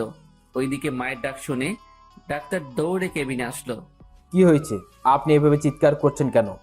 আমি কিছু বলতে পারলাম না, কথা বলতে কষ্ট হচ্ছে, তাই চুপ থাকলাম। ডাক্তার, আতিকের জ্ঞান ফিরেছে, এই দেখুন। তারপর ডাক্তার আমার দিকে তাকালো, তাকিয়ে দেখে সত্যি আমার জ্ঞান ফিরেছে। এই কথা শুনে আমার পরিবারের সবাই ভিতরে চলে এসেছে, সাথে মামা ও কাকা কাকিও এসেছে। তারপরও কি হয়েছে বাবা, তোর এই অবস্থা কি করে হলো? এটা শুনে আমি মামা আপুর দিকে তাকালাম, দেখি সে ভয়ে চুপসে গেছে। তাই আমি অনেক কষ্টে বললাম, একটা গাড়ির সাথে অ্যাক্সিডেন্ট করেছি। কিন্তু ডাক্তার তো বলল তোকে অনেকেই মিলে মেরেছে এবং মাথায় একটা জোরালো আঘাতও করেছে। ভাই বল, তুই কে? তোর গায়ে হাত দিয়েছি, আজই হবে ওর শেষ দিন। আরে আরে, আপনারা ওকে এভাবে চাপ দিবেন না, তাহলে ওর অনেক সমস্যা হবে। আগে একটু সুস্থ হোক, তারপর সব জানতে পারবেন। তারপর সবাই চুপ হয়ে গেল আর ডাক্তার আমাকে ঘুমের ইঞ্জেকশন দিল। আমি কিছুক্ষণ পর ঘুমিয়ে পড়লাম। আর অন্যদিকে মামা বাসায় গিয়ে ভাবে, আমি আতিককে মেরে কি ভালো করলাম? ছেলেটা তো আমাকে খুব ভালোবাসে, তাই ওকে মারার পরও ও আমার নাম বলল না। না, ওকে সরি বলতে হবে। তারপরের দিন সকালে আমার ঘুম ভাঙলো। তারপর আমার বন্ধুরা আসলো। ওরা অবশ্য কালকেও এসেছিল, কিন্তু আমার শরীরের অবস্থা দেখে কথা বলে নাই, তাই আজকে কথা বলতে এসেছে। ভাই কি অবস্থা তোর? এই তো এখন ভালো। আচ্ছা ভাই, সত্যি করে বল তো তোর কি হয়েছিল? কি রে বল, কি হয়েছিল তুই আমাদের বলবি না? ও বলবি না তাই তো? আগে বললেই তো হয়। তুই আমাদের তোর কাছে কেউ মনে করিস না। আরে ভাই রাগ করিস না, শোন তাহলে। তারপর আমি ওদেরকে আমাকে মারার ঘটনা বললাম। এটা শুনে তো ওরা রেগে আগুন। আমরা এখন মাওয়া আপুর বাসায় গিয়ে ওর বাবাকে বলবো। না থাক, তার দরকার নেই। ও ওর মতো ভালো থাকুক। আর তোরা যদি আমাকে কাছের কেউ মনে করে থাকিস, তাহলে এই কথা কাউকে বলবি না। কিন্তু কেন? থাক না ভাই, আজ থেকে আর ওর সামনে যাওয়ার চেষ্টা করব না, আর ওর থেকে দূরে দূরে থাকবো। এখন থেকে জীবনটাকে এখন আমার মতন চালাবো। আচ্ছা ভাই, তবে আমরা সময় মতো এর সঠিক জবাব দেব। আচ্ছা ভাই।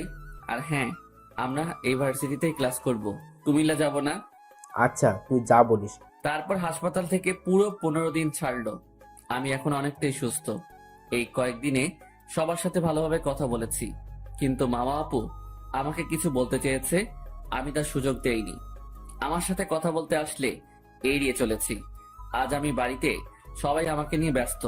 ভাবিরা তো আমার কোনো সময় কি লাগে তার জন্য সব সময় আমার আশেপাশে থাকে। রাতে ভাইয়ারা আর আব্বু এসেছে। বাবা, সেদিন তোর সাথে কি হয়েছিল এখন আমাদের বল। আরে বাবা, সেদিন আমার শরীর অসুস্থ ছিল, আর আমি বাইক চালিয়ে আসছিলাম, তখন একটা গাড়ির সাথে ধাক্কা খেয়েছিলাম, তাই এই অবস্থা। ভাই তুই যেদিন অসুস্থ থাকবি সেদিন বাইক চালাবি না। আর ভাই তোর গায়ে যদি কেউ হাত তুলে থাকে তো আমাকে বল, দেখ আমি কি করি। আরে না ভাইয়া, আমি কি তাকে ছেড়ে দিব যে আমাকে মারবে? তারপর আমি তাকে আরো নানাভাবে বোঝালাম। তারপর তারা চলে গেল, আর আমি ঘুমালাম। এরই মধ্যে চলে গেল আরো 20 দিন। হাত ও পায়ের ব্যান্ডেজ খোলা হয়েছে। আজকে আমি কলেজে যাব, তবে এখন আর আমি আগের মতো ফাইজলামও করি না, আগের থেকে ভদ্র হয়ে গিয়েছি। তারপরে সকালে কলেজে গেলাম। আমি অনেকদিন পর কলেজে যাব, তাই আমার বন্ধুরা চলে আসলো আমাদের বাসার সামনে। তারপর সবাই বাইক নিয়ে কলেজে গেলাম। কলেজের ভিতরে ঢোকার পর আমার বান্ধবীরা আসলো দেখা করতে। তারপর আড্ডা দিচ্ছি সবাই মিলে। সবাই কথা বললেও আমি চুপচাপ। আরে ভাই, তোর কি হয়েছে? এভাবে দেবদাস হয়ে আছিস কেন? মজা নিস, আর আমি এরকমই ভালো আছি। আরে নীলা, তুই এরকম কথা বলছিস কেন? জানিস ও মাওয়া আপুকে কতটা ভালোবাসতো, আর সেই ওকে এভাবে কষ্ট দিল। আরে বাদ দে ভাই, এসব কথা বলিস না প্লিজ। দেখো কতটা ডিপ্রেশনে আছে। প্লিজ আতিক ভাই, আগের মতো হয়ে যা। ভাই আমার এসব কথা ভালো লাগছে না, প্লিজ বাদ দে। তখনই মামা আপু সেখানে আসলো। আতিক, এদিকে আয়, তোর সাথে আমার কথা আছে। বলুন, কি বলবেন? দেখ, আমি যা করেছি তার জন্য আমি দুঃখিত। আসলে সেদিনের অপমানের জন্য আমার মাথা খারাপ হয়ে গিয়েছিল। আচ্ছা ঠিক আছে, আর কিছু বলবেন আপনি? তুই আমার সাথে এভাবে কথা বলছিস কেন? দেখুন, আপনার সাথে কথা বলার আমার কোনো ইচ্ছে নাই, আর আপনি যা করেছেন আমি তাতে কিছু করিনি। শোন আমার কথা। থামিয়ে দিয়ে আপনি এখন যান, এই বলে চলে আসলাম তার কাছ থেকে। তারপর বন্ধুদের নিয়ে ক্লাসে গেলাম, ক্লাস করে বাসায় গেলাম। এভাবে চলে গেল আরো 1 মাস।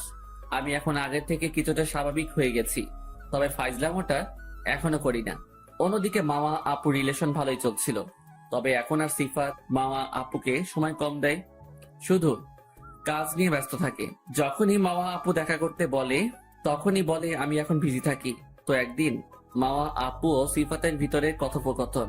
হ্যালো সিফাত, আজকে চলো আমরা দেখা করি, অনেকদিন তোমাকে দেখি না। সরি মা, জানো আমার আজকে একটা কাজ আছে, তুমি অফিসে চলে এসো। এভাবে চলছিল। এইদিকে আমি আর মামা আপুর সামনে যাই না, দেখা হলেও কথা বলি না, এবং সেদিনের পর থেকে আর মামা আপুদের বাড়ি যাই না। কাকে অনেকবার যেতে বলেছিল, কিন্তু আমি যাইনি। 7 দিন পর সিফাত মামা আপুকে ঠিকানা দিল।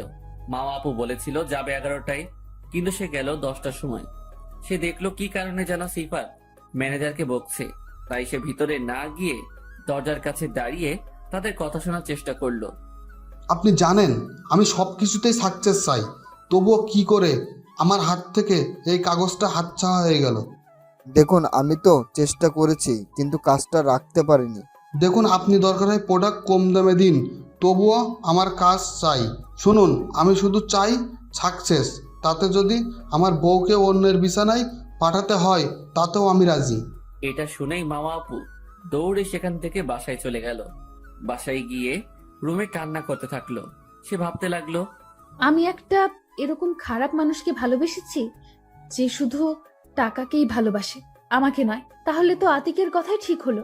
আমি এখন বুঝতে পারছি ভালোবাসার মানুষ কষ্ট দিলে কিরকম লাগে, তা বুঝতে পারছি। তাহলে আতিক কতটা কষ্ট পেয়েছে তা আমি এখন বুঝতে পেরেছি। না, এখন আতিককে আর কষ্ট দেওয়া যাবে না। কিন্তু আতিক তো আর আমাকে মেনে নেবে না।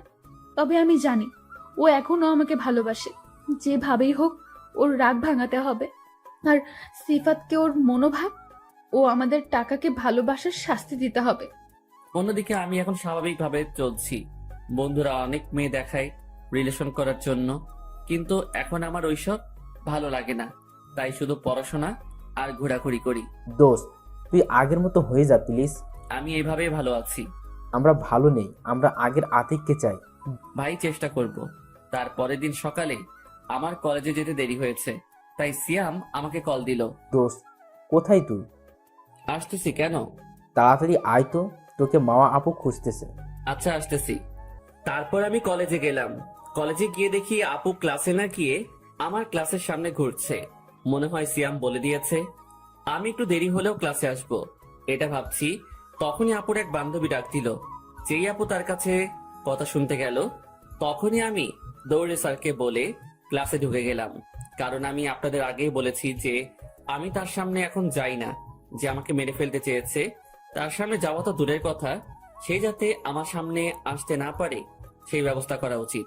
কিন্তু আমার চাচাতো বোন ও আমার ভালোবাসা বলে তাকে কিছু করিনি।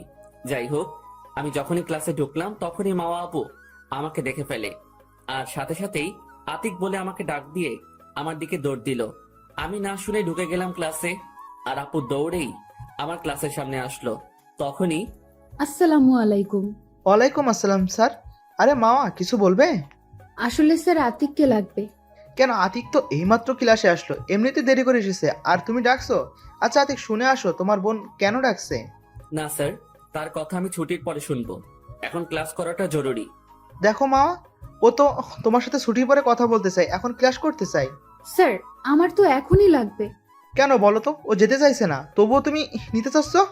স্যার, আসলে কাকি আমাকে ফোন করে বলেছে আতিক নাকি রাগ করে কিছু না খেয়ে বাসা থেকে বেরিয়েছে। আপুর কথা শুনে আমি তো অবাক।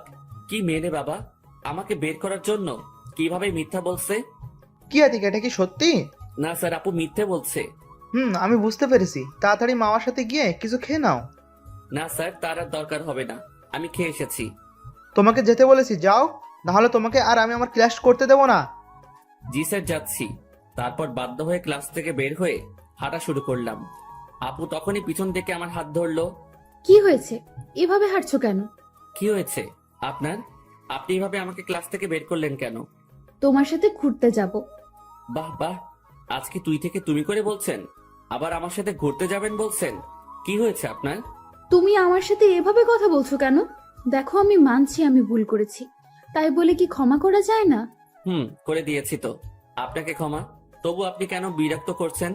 আমি তো আর আপনার সামনে নিজে থেকে ভুলেও আসি না। দেখো, আগে যা করেছি আমি ভুল করেছি। এখন আমি তোমাকে ভালোবাসি, অনেক ভালোবাসি। আপনার অহংকার শেষ এখন। তাছাড়া আপনার বয়ফ্রেন্ড কোথায়? আমি ওকে আর ভালোবাসি না। ও শুধু টাকার পেছনে ছোটে, আর ও আমাকে শুধু টাকার জন্যই ভালোবাসে। এটা আমি বুঝতে পেরেছি। ও তাই? এটা বুঝতে পেরেছেন, এটা ভালো। এখন ভালো দেখে নিজের লাইফ পার্টনার খুঁজে নিন। তুমি এভাবে কথা বলছো কেন? আমি তোমাকে অনেক ভালোবাসি, বিশ্বাস করো। আমি তোমার কষ্ট বুঝতে পেরেছি, আমি বুঝেছি আমার থেকে তুমি কতটা কষ্ট পেয়েছো। দেখুন, আমাকে আমার বন্ধুরা অনেক কষ্টে স্বাভাবিক করেছে। আমি আর কখনো আপনার মায়ে জড়াবো না। প্লিজ আতিক, আমাকে ক্ষমা করে দে। আমি জানি তুই আমাকে এখনো ভালোবাসিস। আমি আর তোকে কখনো ঝালাবো না, শুধু একবার ভালোবেসে দেখ।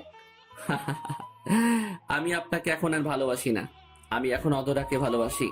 এটা বলে আমি যখনই থামলাম তখনই আমাদের সামনে একটা গাড়ি এসে থামলো, আর গাড়ি থেকে সিফাত নামলো। কি হয়েছে মামা? তুমি আমার সাথে কাল দেখা না করে চলে এসেছো, আবার আমাকে সবকিছু থেকে ব্লক করে দিয়েছো। তোর সাথে আমি কি দেখা করব? তোর মতো লোভী ছেলের সাথে আমি কোনো সম্পর্ক রাখতে পারবো না। আর তুমি এমন করছো কেন? আমি কি করছি? কি করিসনি তাই বল। ছি, তোর কথা বলতেও লজ্জা করছে। তোর টাকার জন্য এত নিজ মনোভাব। কি করছি আমি, বলবে তো? তুই তোর ম্যানেজারের সাথে কালকে কি কথা বলছিলি তা মনে করে দেখ। আমি শুধু দাঁড়িয়ে দাঁড়িয়ে তাদের কথা শুনছি, কিন্তু কিছু বুঝতে পারছি না। আরে তুমি ওই কথাটা নিয়ে আমার সাথে এভাবে রিয়াক্ট করছো? আরে ওইটা তো ছিল কথার কথা। ছি, এসব তোর কথার কথা। আর তুই এখানে দাঁড়িয়ে কি করছিস? এটা আমাদের ব্যক্তিগত ব্যাপার। সাথে সাথেই ঠাস করে আরো দুইটা বসিয়ে দিল। তোর কি করে ওকে এখান থেকে যেতে বলার সাহস হয়? প্লিজ আতিক, তুমি যেও না। কিন্তু আমি তার কথা না শুনেই চলে আসলাম ওখান থেকে ক্যান্টিনে। মা, তুমি আমাকে ওর জন্য আবার মারলে? হ্যাঁ, মেরেছি, কারণ ওই আতিকই আমাকে প্রকৃত ভালোবাসে। হাজার অপমান করার পরেও আমার পিছু ছাড়েনি, তাই আমিও এখন ওকে ভালোবাসি। আমি আমার অহংকারের নেশায় ওর ভালোবাসা বুঝতে পারিনি, কিন্তু তোর ছলনায় বুঝেছি ভালোবাসার ব্যথা। ও, এখন তাহলে তুই ওকে ভালোবাসিস? তাহলে শোন, আমিও তোকে ভালোবাসিনি। আমি ভালোবেসেছিলাম শুধু তোর টাকাকে।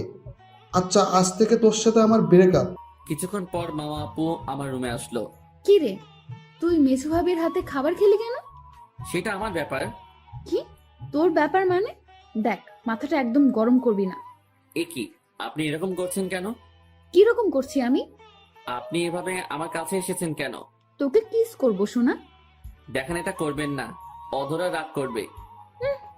এই অধরা আর অধরা তোকে যদি ওর আশেপাশে দেখি, তাই দেখবি আমি কি করি। এটা বলেই চলে গেল মামা। আমিও দরজা আটকে দিলাম। সন্ধ্যা 7টায় ঘুম ভাঙলো। তারপর আমি দরজা খুলে রুম থেকে বের হলাম। নিচে তাকিয়ে দেখি আমার পরিবারের সবাই এবং মামা, আপু ও কাকা কাকি সবাই একসাথে আড্ডা দিচ্ছে। আমি নিচে নামলাম। আমাকে দেখে কাকি বলল, আয় বাবা, তোকে ছাড়া আড্ডা দিতে ভালো লাগছিল না। আমি কাকির কাছে গিয়ে বসলাম। মামা আপুর দিকে তাকিয়ে দেখি আমার দিকে তাকিয়ে আছে। আমি চোখ নামিয়ে নিলাম। সবাই নানান কথা বলে আড্ডা দিচ্ছে, আমি চুপ করে বসে আছি। মামা আপু আমার সাথে কথা বলতে চেষ্টা করছে, কিন্তু আমি চুপ। তখনই আতিক, এদিকে আসো। বাবা বলো। বাবার কাছে গিয়ে, তুমি এভাবে চুপচাপ থাকো কেন? তুমি জানো না তুমি এভাবে থাকলে কারো ভালো লাগে না? কি হলো, চুপ কেন বলো? তাছাড়া তুমি মামাকে ইগনোর করে চলছো কেন? এমনকি তোমার কাকাকের সাথেও ঠিকমতো কথা বলো না। বাবা আমার এখন এসব ভালো লাগছে না। আপনি যদি চান তো আমি চলে যেতে পারি এখান থেকে। আতিক, তুমি কখনো বাবার সাথে এভাবে কথা বলোনি। বলেই ঠাস করে 2টা থাপ্পড় দিল। আরে ওকে মারছিস কেন? ওকে মারতে হবে বাবা, ও কি করে আপনার সাথে বেয়াদবি করে, আর ওকে আমরা মারতেই হবে। বলেই কেঁদে দিল ভাইয়া। আমি গালে হাত দিয়ে বসে আছি। তুমি আজকে ওর গায়ে হাত তুলে ভুল করলে। এমনি আমার ভাইটা কেমন জানি বদলে গেছে। আতিক বাবা, এদিকে আয়, কি হয়েছে বল তোর? কিছু না মা। আর বাবা, আমার ভুল হয়ে গেছে, আমাকে ক্ষমা করে দিবেন। থাক, আমি আর কিছু মনে করিনি। আর ভাইয়া ধন্যবাদ থাপ্পড় মেনে আমার ভুলটা ধরিয়ে দেওয়ার জন্য। ভাই প্লিজ, তুই এইভাবে বলিস না। তুমি বরফ আনো, আমি বরফ লাগিয়ে দিই ওর গালে। তারপর ভাবি ফ্রিজ থেকে বরফ আনলো। ভাইয়া যেই বরফ লাগাতে যাবে তখনই, ভাইয়া দিন, বরফটা আমি লাগিয়ে দিই। বলেই বরফ হাতে নিল মামা। আমি মামা আপুকে থামিয়ে দিয়ে, থাক লাগবে না, আমি রুমে গিয়ে লাগিয়ে দিব, এটা বলেই রুমের দিকে হাঁটা শুরু করলাম। একবার পিছনে তাকিয়ে দেখি মামা আপু অসহায়ের মতো তাকিয়ে আছে। আমি রুমে গিয়ে বরফ লাগিয়ে বই নিয়ে পড়তে বসলাম। কিছুক্ষণ পড়ার পর মামা আপু আসলো রুমে। আমি একবার তাকিয়ে আবার পড়া শুরু করলাম। তুই আমার সাথে এরকম বিহেভ করছিস কেন? প্লিজ আপনি যান, আমার মনটা এমনিতেই ভালো নেই। দেখ, তুই কিন্তু এখন আমার সাথে বেশি করছিস। কি করেছি আপনার সাথে বলুন? আমি কি আপনাকে থাপ্পড় দিয়েছি প্রতিদিন, নাকি আপনাকে মেরে ফেলতে চেয়েছি অন্য একজনের কথায়? প্লিজ, আমি ওইসব না বুঝে করেছি। এখন আমি আর আগের মতো নেই। হয়েছে, বাদ দিন। এখন অন্য কিছু বলার থাকলে বলেন, না হলে চলে যান। ও, তোকে খেতে রাখছে। ওহ, আপনি যান, আমি আসছি। কেন, আমার সাথে কি যাওয়া যায় না? মামা আপু কিছুক্ষণ আমার দিকে অসহায় দৃষ্টিতে তাকিয়ে চলে গেছে। আমিও কিছুক্ষণ পর খাবার টেবিলে চলে গেলাম। দেখি আপুর পাশের চেয়ারটা খালি। আমি টেবিলে না বসে দাঁড়িয়ে আছি। কিরে দাঁড়িয়ে আছিস কেন, বস। না মা, তোমরা খাও, আমি পরে খেয়ে নেব। আমার একটা মুভি দেখা লাগবে বলেই সোফার দিকে গেলাম। তারপর টিভি ছেড়ে দেখতে লাগলাম। আরে দাঁড়া, আমি খাবার নিয়ে আসছি, আমি তোকে খাইয়ে দিব আর তুই টিভি দেখবি। না থাক মা, আমি ওকে খাইয়ে দিচ্ছি। বলেই প্লেট নিয়ে আমার কাছে আসলো মাওয়া। নাও হা করো, আমি খাইয়ে দিচ্ছি। না থাক, তার দরকার নেই, আমার খিদে নেই, আমি এখন খাবো না। অল্প কিছু খেয়ে নাও। বলছি না খাবো না, তারপরও কেন জোর করছেন? আমার কথা শুনে মামা আপু ভয় পেয়ে গেল এবং কান্না করে টেবিলে প্লেট রেখে হাত ধুয়ে দৌড়ে রুমে চলে গেল। দিলি তো মেয়েটাকে কাঁদিয়ে, ওর হাতে খাবারটা খেলে কি হতো? তো আমি কি করব? তাকে আমার সামনে আসতে মানা করবে। কেন, কি করেছে ও তোকে? আমি এত কথা বলতে পারবো না। আমি তো সিয়ামের বাসায় গেলাম, রাতে আসবো না, তোমাদের ফালতু পেঁচা শুনতে পারবো না, এই বলেই বাসার বাইরে আসলাম। তারপর বাইক নিয়ে সিয়ামের বাসায় গেলাম। কিরে তুই এই সময়ে? বাসায় ভালো লাগছিল না, আজকে মামা আপুরা আমাদের বাসায় এসেছে তাই চলে আসলাম। ও তাইলে ভালো করছোস, আয় ভিতরে আয়। তারপর ভিতরে গেলাম। ভিতরে গিয়ে আন্টির সাথে দেখা করলাম। আমি আর সিয়াম কিছুক্ষণ আড্ডা দিলাম, তখনই আন্টি। তারপর সিয়াম আর আমি খেতে গেলাম। দেখলাম আঙ্কেলও আছে। আরে আতিক বাবা, কেমন আছো? ভালো আঙ্কেল, আপনি? ভালো বাবা, আসো টেবিলে বসো। জি আঙ্কেল। তারপর একসাথে খাবার খেলাম। খেয়ে তারপর রুমে গিয়ে দুজনে আড্ডা দিচ্ছিলাম। তাতে 11:30 বেজে গেল। তখনই ভাইয়া ফোন দিল। আতিক, তাড়াতাড়ি বাসায় এসো। কেন ভাইয়া, কি হয়েছে? তোমার মা আর ভাবি কান্না করছে। কেন? এত কথা বলার সময় নেই, তুমি সিয়ামকে নিয়ে বাসায় আসো, আর সিয়ামকে তুমি ফোনটা দাও। তারপর আমি সিয়ামকে ফোনটা দিলাম। সিয়াম ফোনটা নিয়ে আমার থেকে দূরে সরে গেল। কিছুক্ষণ কথা বলে আমার কাছে ফোন দিয়ে রেডি হতে বলে, ও নিজেও রেডি হতে চলে গেল। তারপর দুজনে রেডি হয়ে আন্টিকে বলে বাসার দিকে বাইক নিয়ে রওনা দিলাম। বাসায় ফিরে দরজার কাছে গিয়ে দেখি দরজা খোলা এবং রুমটা অন্ধকার। তারপর মা বলে ডাক দিয়ে ফোনের ফ্ল্যাশ জ্বালাতে যাব, তার আগে পুরো বাড়ির বাতি জ্বলে উঠলো। আর পাশ থেকে সবাই বলে উঠলো, হ্যাপি বার্থডে টু ইউ। আমি তো অবাক হয়ে গেছি। তোমরা এসব কখন করলে? এগুলো আমরা করিনি, মামা করেছে তুই যাওয়ার পরই। তারপর আমি তার দিকে তাকালাম, দেখি মাথা নিচু করে দাঁড়িয়ে আছে। এখন আয় বাবা, কেক কাটতে আয়। তারপর সবাই আমার কাছে এসে নিয়ে গেল কেক কাটার জন্য। তারপর কেক কেটে সবাইকে খাইয়ে দিতে লাগলাম। মামা আপুর কাছে আসলাম, আমাকে দেখেই মাথা নিচু করে নিল। তারপর তাকে খাইয়ে দিলাম, সেও আমাকে খাইয়ে দিল। আমি খাইয়ে দিয়েছি দেখে সে অনেক খুশি। বাবা, আজকের খুশির দিনে আমি তোর কাছে একটা জিনিস চাইবো। মা বলো, তুমি আর যা চাইবে আমি তাই দেওয়ার চেষ্টা করব। বাবা, আমি শুধু তোর কাছে একটা জিনিসই চাই, তুই প্লিজ আগের মতো হয়ে যা। আচ্ছা মা, চেষ্টা করব। চেষ্টা করো না, ওই রকম হতেই হবে, না হলে আমি খুব কষ্ট পাবো। আচ্ছা মা, আমি আগের মতোই হব। আমি আমার আগের ফাজিল ছেলেটাকেই চাই। কাকি। আচ্ছা অনেক হলো, আমি কালকে আমার বাসায় একটা পার্টির আয়োজন করতে চাই। আমরাও কিন্তু আছি। আরে তোমরা তো থাকবাই। তারপর ভাবিরা দুজন আমার কাছে আসলো। আতিক আমাদের গিফট কালকে পার্টিতে দিয়ে দেবে। আচ্ছা, এখন আমার শরীর খারাপ লাগছে, আমি রুমে গেলাম। কি হয়েছে তোর, মাথা ব্যথা করছে? আমার ব্যাপারটা আমি দেখতে পারবো, আপনি আমার ব্যাপারে না দেখলেও চলবে। মামা আপু আমার দিকে অসহায় দৃষ্টিতে তাকিয়ে আর কিছু না বলে তার রুমের দিকে হাঁটা ধরলো। তখনই আমার মনে পড়লো তার টাকা দিয়ে আইফোন তাকে এখনো দেওয়া হয়নি। তখনই দাঁড়ান মামা আপু, পিছনে ফিরে, আমাকে বলছিস? আপনি এখন একটু আমার রুমে আসতে পারবেন? না, পারবো না। বলেই রুমে চলে গেল মামা। আচ্ছা।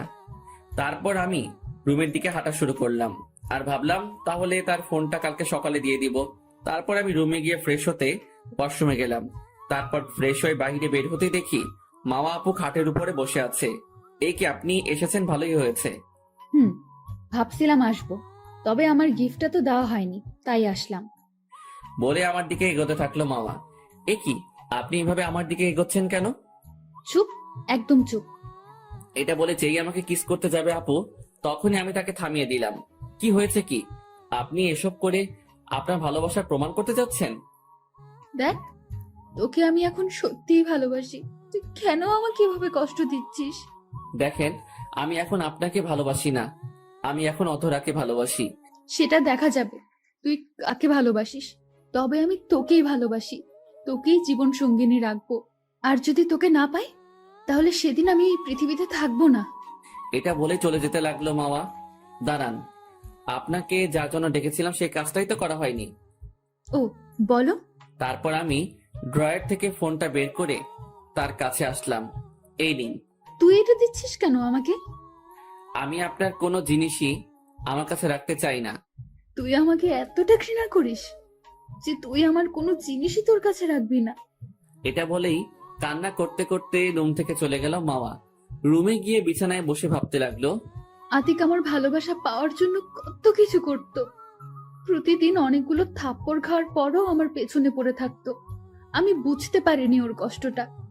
অহংকারের বশে অনেক কষ্ট দিয়ে ফেলেছি ওকে। তবুও আমি জানি আতিক আমাকে এখনো ভালোবাসে।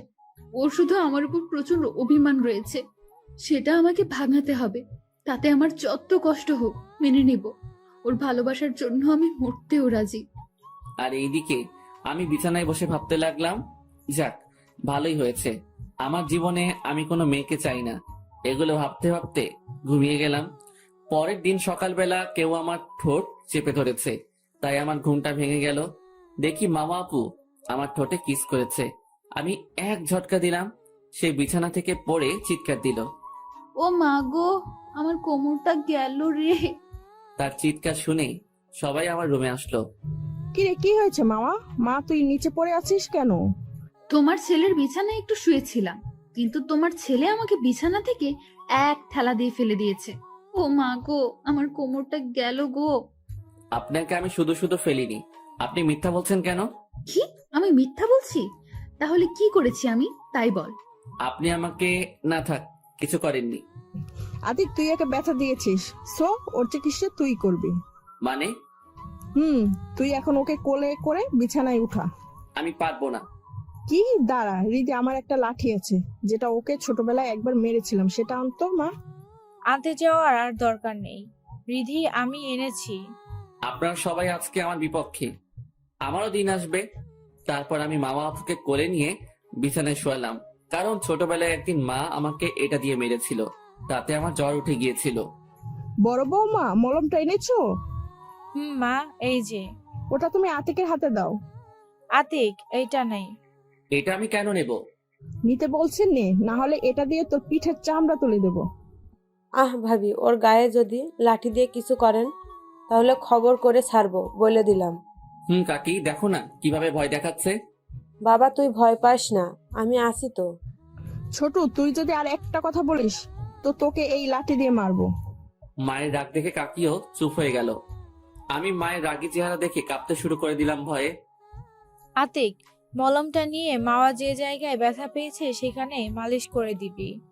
তাড়াতাড়ি, আর এখন সবাই এই রুম থেকে বের হও।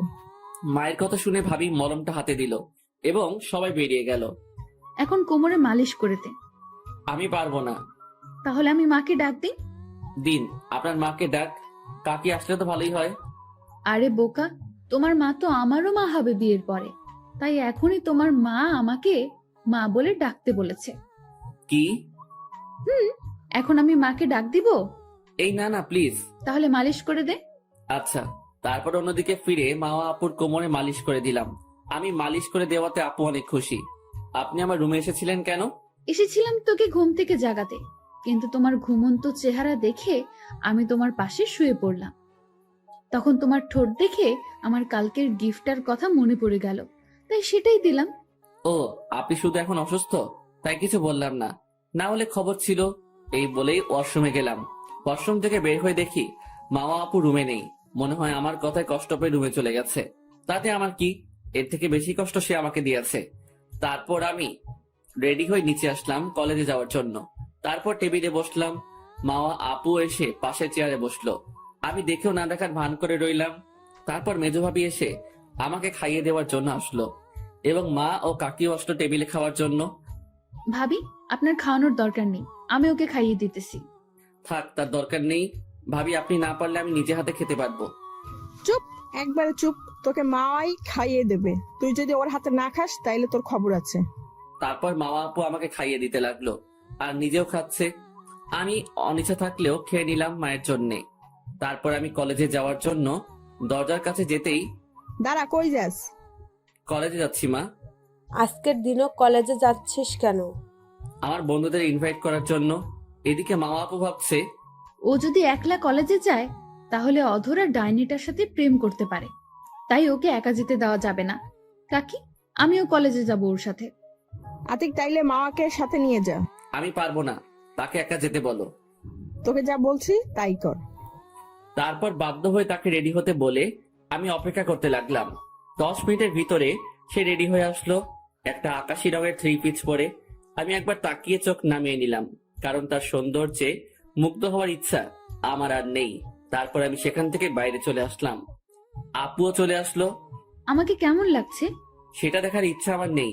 এটা বলেই একটা রিক্সা ডাক দিলাম। রিক্সা ডাক দিচ্ছিস কেন? আপনাকে রিক্সায় উঠিয়ে দিয়ে আমি আপনার পিছনে বাইক নিয়ে আসবো। দেখ, এখন কিন্তু আমি কাকিকে ডাক দিব। কেন? আমি তোর সাথে বাইকে যাব। আমি নিতে পারবো না। তাহলে আমি তোর এই সিগারেট খাওয়ার টিকটা বাসায় দেখাই। আপনি কেন আমার পিছু পড়ে আছেন? তোর এসব কথা বাদ দে, এখন তাড়াতাড়ি বাইক স্টার্ট দে। তারপর বাধ্য হয়ে বাইক স্টার্ট দিলাম। আপু পিছনে উঠে বসলো। যেই বাইক চালানো শুরু করলাম তখনই আপু পিছন থেকে জড়িয়ে ধরলো। আমি সাথে সাথে ব্রেক করলাম। কি হয়েছে? আপনি এভাবে চেপে বসেছেন কেন? চুপ, একদম চুপ। আমার সাথে রাগ দেখাবি না। যেভাবে বসে আছিস সেভাবেই যাব, না হলে বাসায় তোর খবর আছে। আমি আর কিছু না বলে বাইক দ্রুত চালিয়ে কলেজে চলে গেলাম। কলেজে গিয়ে আপুকে নামিয়ে আমি বাইকটা পার্ক করলাম। এখন আপনি ক্লাসে যান। ওকে বলেই চলে গেল মামা। আমিও তারপর আমার বন্ধুদের দিকে হাঁটা ধরলাম। অন্যদিকে মামা আপু কিছু দূর গিয়ে মনে পড়লো, আরে আমি তো ক্লাস করতে আসিনি, আমি এসেছি আতিক যাতে ওই অধরার সাথে না মিশতে পারে সেই জন্য। তাই সে তখনই আবার আমার পিছু নিল। এদিকে আমি আমার বন্ধুদের কাছে যেতেই, কিরে, তুই আজকে মা আপুকে নিয়ে আসলি যে, আবার এখন তো তোর পিছু পিছু আসছে। তাই নাকি? তাইলে অধরা, তোর নাটকটা শুরু করে দে। আরে জানো, তুমি এসে গেছো। জানো আমি তোমার জন্য কতক্ষণ ধরে অপেক্ষা করছি। কি করব বলো? এখন আবার মামা আপু আমার পিছু নিয়েছে, তার জন্য আসতে এত দেরি হলো। ওই শাকচুন্নিটাকে তোমার ধারে কাছে আসতে না করতে পারো না। এটা শুনে তো ওই পাশে মামা রেগে আগুন। তারপরে সে আমাদের কাছে চলে আসলো। কি বললি? আমি শাকচুন্নি? তোর এত বড় সাহস হলো কোথা থেকে? তাহলে কি বলবো, আপনাকে ও যখন আপনাকে ভালোবেসেছে তখন আপনি ওকে অনেক কষ্ট দিয়েছেন। ওর কষ্ট আমি আমার ভালোবাসা দিয়ে শেষ করে দিয়েছি। আপনি এখন আমাদের মাঝে আসছেন কেন? চুপ, কোনো কথা বলবি না। ওকে কষ্ট দিয়ে আমি ভুল করেছি, তা আমি মানছি, কিন্তু এখন আমি ওকে ভালোবাসি আর ও নিজেও আমাকে ভালোবাসে, কিন্তু ওর ভিতর শুধু আমার জন্য অভিমান। তুই কেন আমার আর ওর মাঝে এসেছিস? আমি শুধু দাঁড়িয়ে দাঁড়িয়ে তাদের কথা শুনতেছি। আমি না, আপনি আসছেন আমাদের মাঝে, তাই না জানো? বলে আমার হাতটা ধরলো অধরা। মামা আপু আমার হাত থেকে অধরার হাতটা ছাড়িয়েই ঠাস করে একটা থাপ্পড় দিল। বেহায়া মেয়ে, অন্যের জিনিসের উপর নজর দিচ্ছিস, অসভ্য মেয়ে কোথাকার।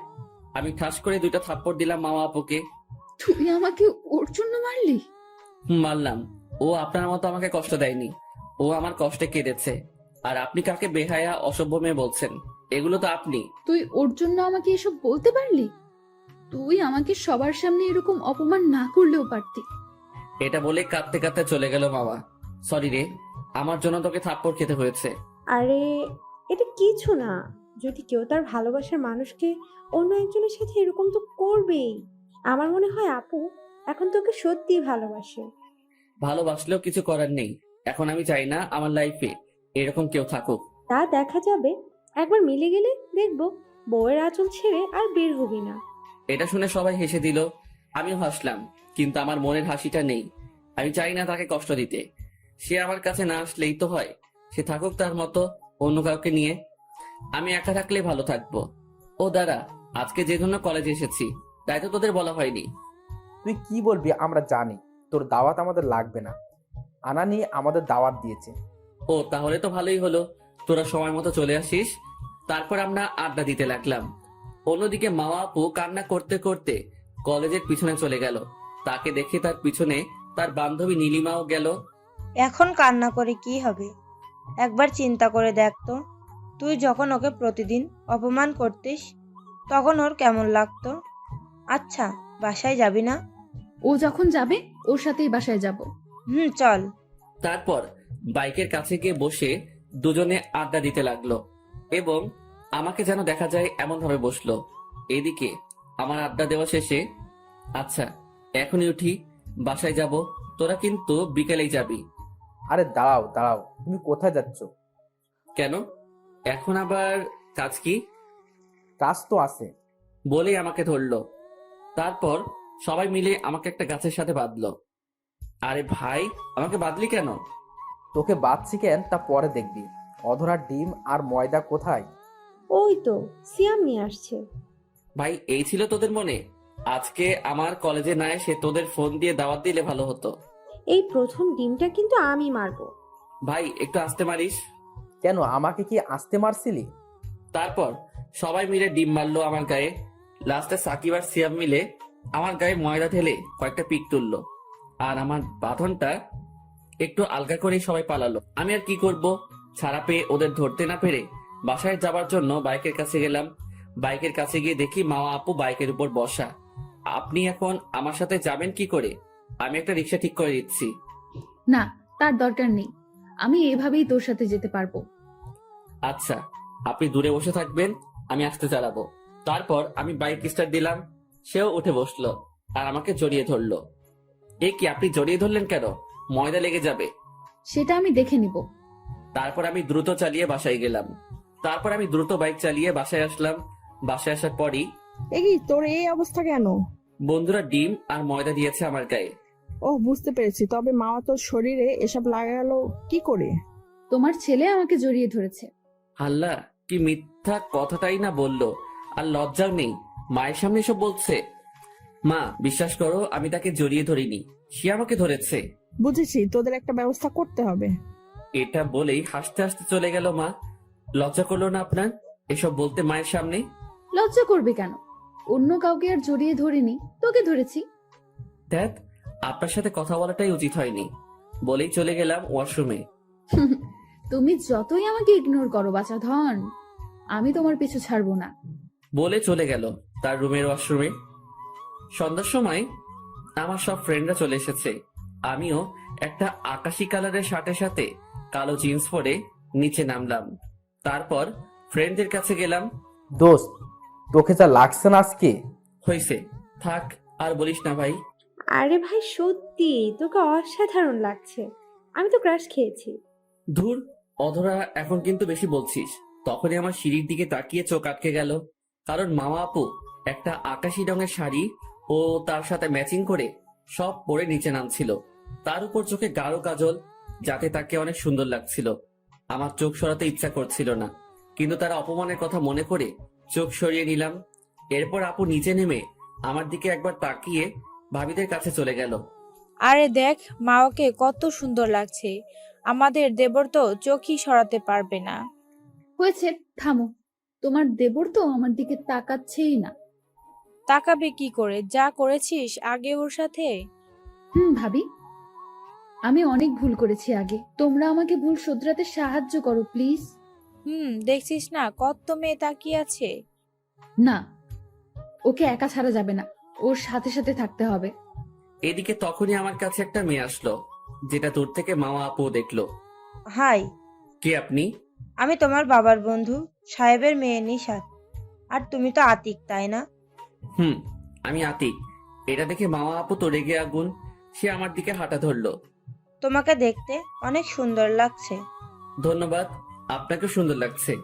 মেয়েটা দেখতে খারাপ না, তবে মামা আপু ওর থেকে বেশি সুন্দর। আচ্ছা, তোমার নাম্বারটা পেতে পারি? তখনই মামা আপু আসলো। ওই ছেমড়ি, তুই ওর নাম্বার দিয়ে কি করবি? আমি তো অবাক, তার রাগ দেখে মনে হচ্ছে চোখ দিয়ে আগুন বের হবে। আপু, আপনি এভাবে কথা বলছেন কেন? তুই ওর নাম্বার চাইলি কেন?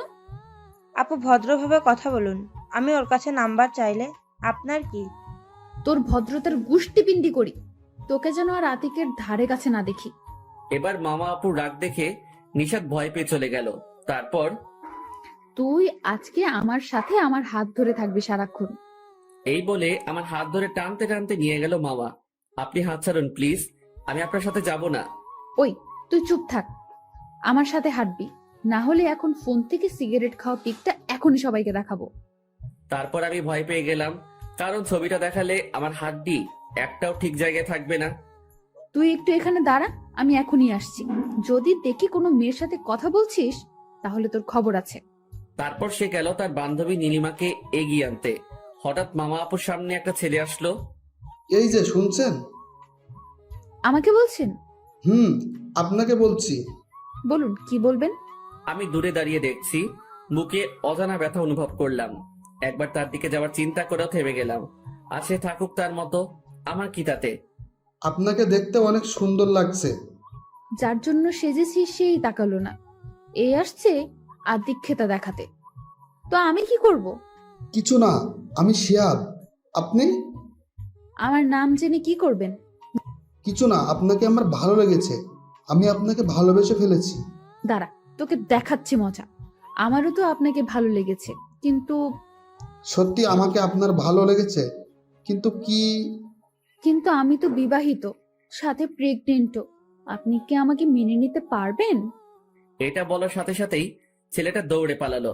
আমি দূরে দাঁড়িয়ে সব দেখে তো আবার। কি রে, তুই এত ফাজিল কি করে হলি? আরে শোনো, যতই হোক একটা ফাজিলের বউ হব, একটু ফাজলামো না করলে হয়? তুই পারিসও বটে। মামা আপু একটু হেসে আমার দিকে হাঁটা ধরলো। দূর থেকে নীলিমা আতিককে দেখে, আজকে তো দুলাভাইকে সেই লাগছে, আমি তো ক্রাশ খাইছি। এই, একদম ওর দিকে নজর দিবি না, চোখ তুলে নিব। বাহ বাহ, এত ভালোবাসা। আমি এখন ওকে অনেক ভালোবাসি। এইসব বলতে বলতে তারা আমার কাছে চলে আসলো। এসেই আমার হাত ধরলো। তখনই, মাওয়া, আতিককে নিয়ে এদিকে আয় মা, কেকটা কাটার সময় হয়ে গিয়েছে। আচ্ছা, আসছি। আমাকে নিয়ে গেল কেক কাটতে। তারপর আমি কেক কেটে সবাইকে খাইয়ে দিলাম। তারপরে হাতে মাইক্রোফোন নিয়ে, আজ এই খুশির দিনে আমি আমার ছেলের জন্য একটা গিফট রেখেছি, সেটা কি বলবো? বলুন। আমিও আগ্রহ নিয়ে বসে বাবা আমাকে কি গিফট দিবে। তখনই বাবা বলল, আমি আমার ছোট ছেলের বিয়ে ঠিক করেছি। 3 দিন পরে ওর বিয়ে, তাও আমার ভাইয়ের মেয়ে মাওয়ার সাথে। এটা শুনে আমার মাথা গরম হয়ে গেল। আমাকে এখনই বাবা মায়ের সাথে কথা বলতে হবে। তারপর আমি তাদের কাছে গেলাম। মা, আমাকে না জানিয়ে তোমরা আমার বিয়ে ঠিক করেছো কেন? আমি এই বিয়ে করতে পারবো না। কেন পারবি না? আমরা সবাই জানি তুই মাকে পছন্দ করিস, আর মা নিজেও তোকে পছন্দ করে, তাহলে সমস্যা কি? সমস্যা নেই কোনো, আমি বিয়ে করব না। তোর এই বিয়ে করতেই হবে, আমি এটা একটু আগে সবাইকে জানিয়েছি। তোমরা এভাবে আমাকে জোর করলে আমি এই বাড়ি ছেড়ে চলে যাব। কি বলবি তুই?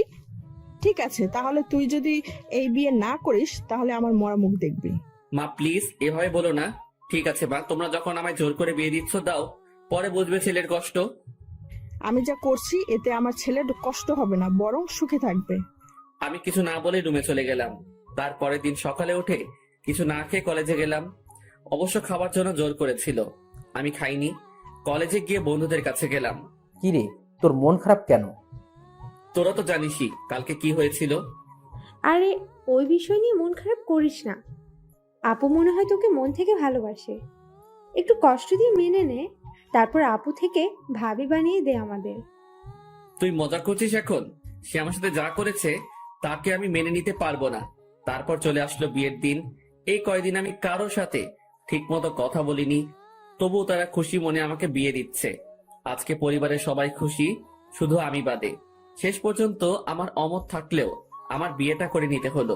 তারপর আমি বাসার বাইরে চলে গেলাম, খেয়ে তারপর বাসায় আসলাম। তখনই, তোর কি কোনো কাণ্ডজ্ঞান নেই? তোর আজকে বাসর রাত আর তুই বাইরে থাকিস? ওকে বাবা, কিছু খেয়ে নে, বর হিসেবে তোকে যা দেওয়া হয়েছিল তুই তো কিছু খাসনি। না থাক, আমি বাইরে থেকে খেয়ে এসেছি। বাবা, আর কতদিন আমার উপর রাগ করে থাকবি? আমি কিছু বললাম না। তখনই আমার বন্ধুরা আসলো। চল চল, তোকে বাসর ঘরে দিয়ে আসি। ওকে নিয়ে যাও বাবা।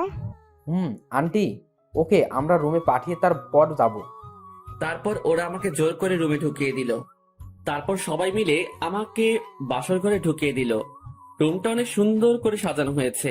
তবে রুমটা সুন্দর করে সাজালেও মন ভালো না থাকিলে কিছুই ভালো লাগে না।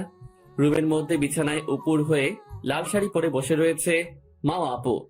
আমি এসেছি দেখে সে উঠে আমার কাছে এসে পায়ে সালাম করতে যাবে, তখনই থাক, এটার দরকার নেই, আপনি উঠুন। তুমি এইভাবে বলছো কেন? আজকে আমাদের বাসর রাত, এই দিনে সালাম করাই নিয়ম। আমার আবার বাসর রাত?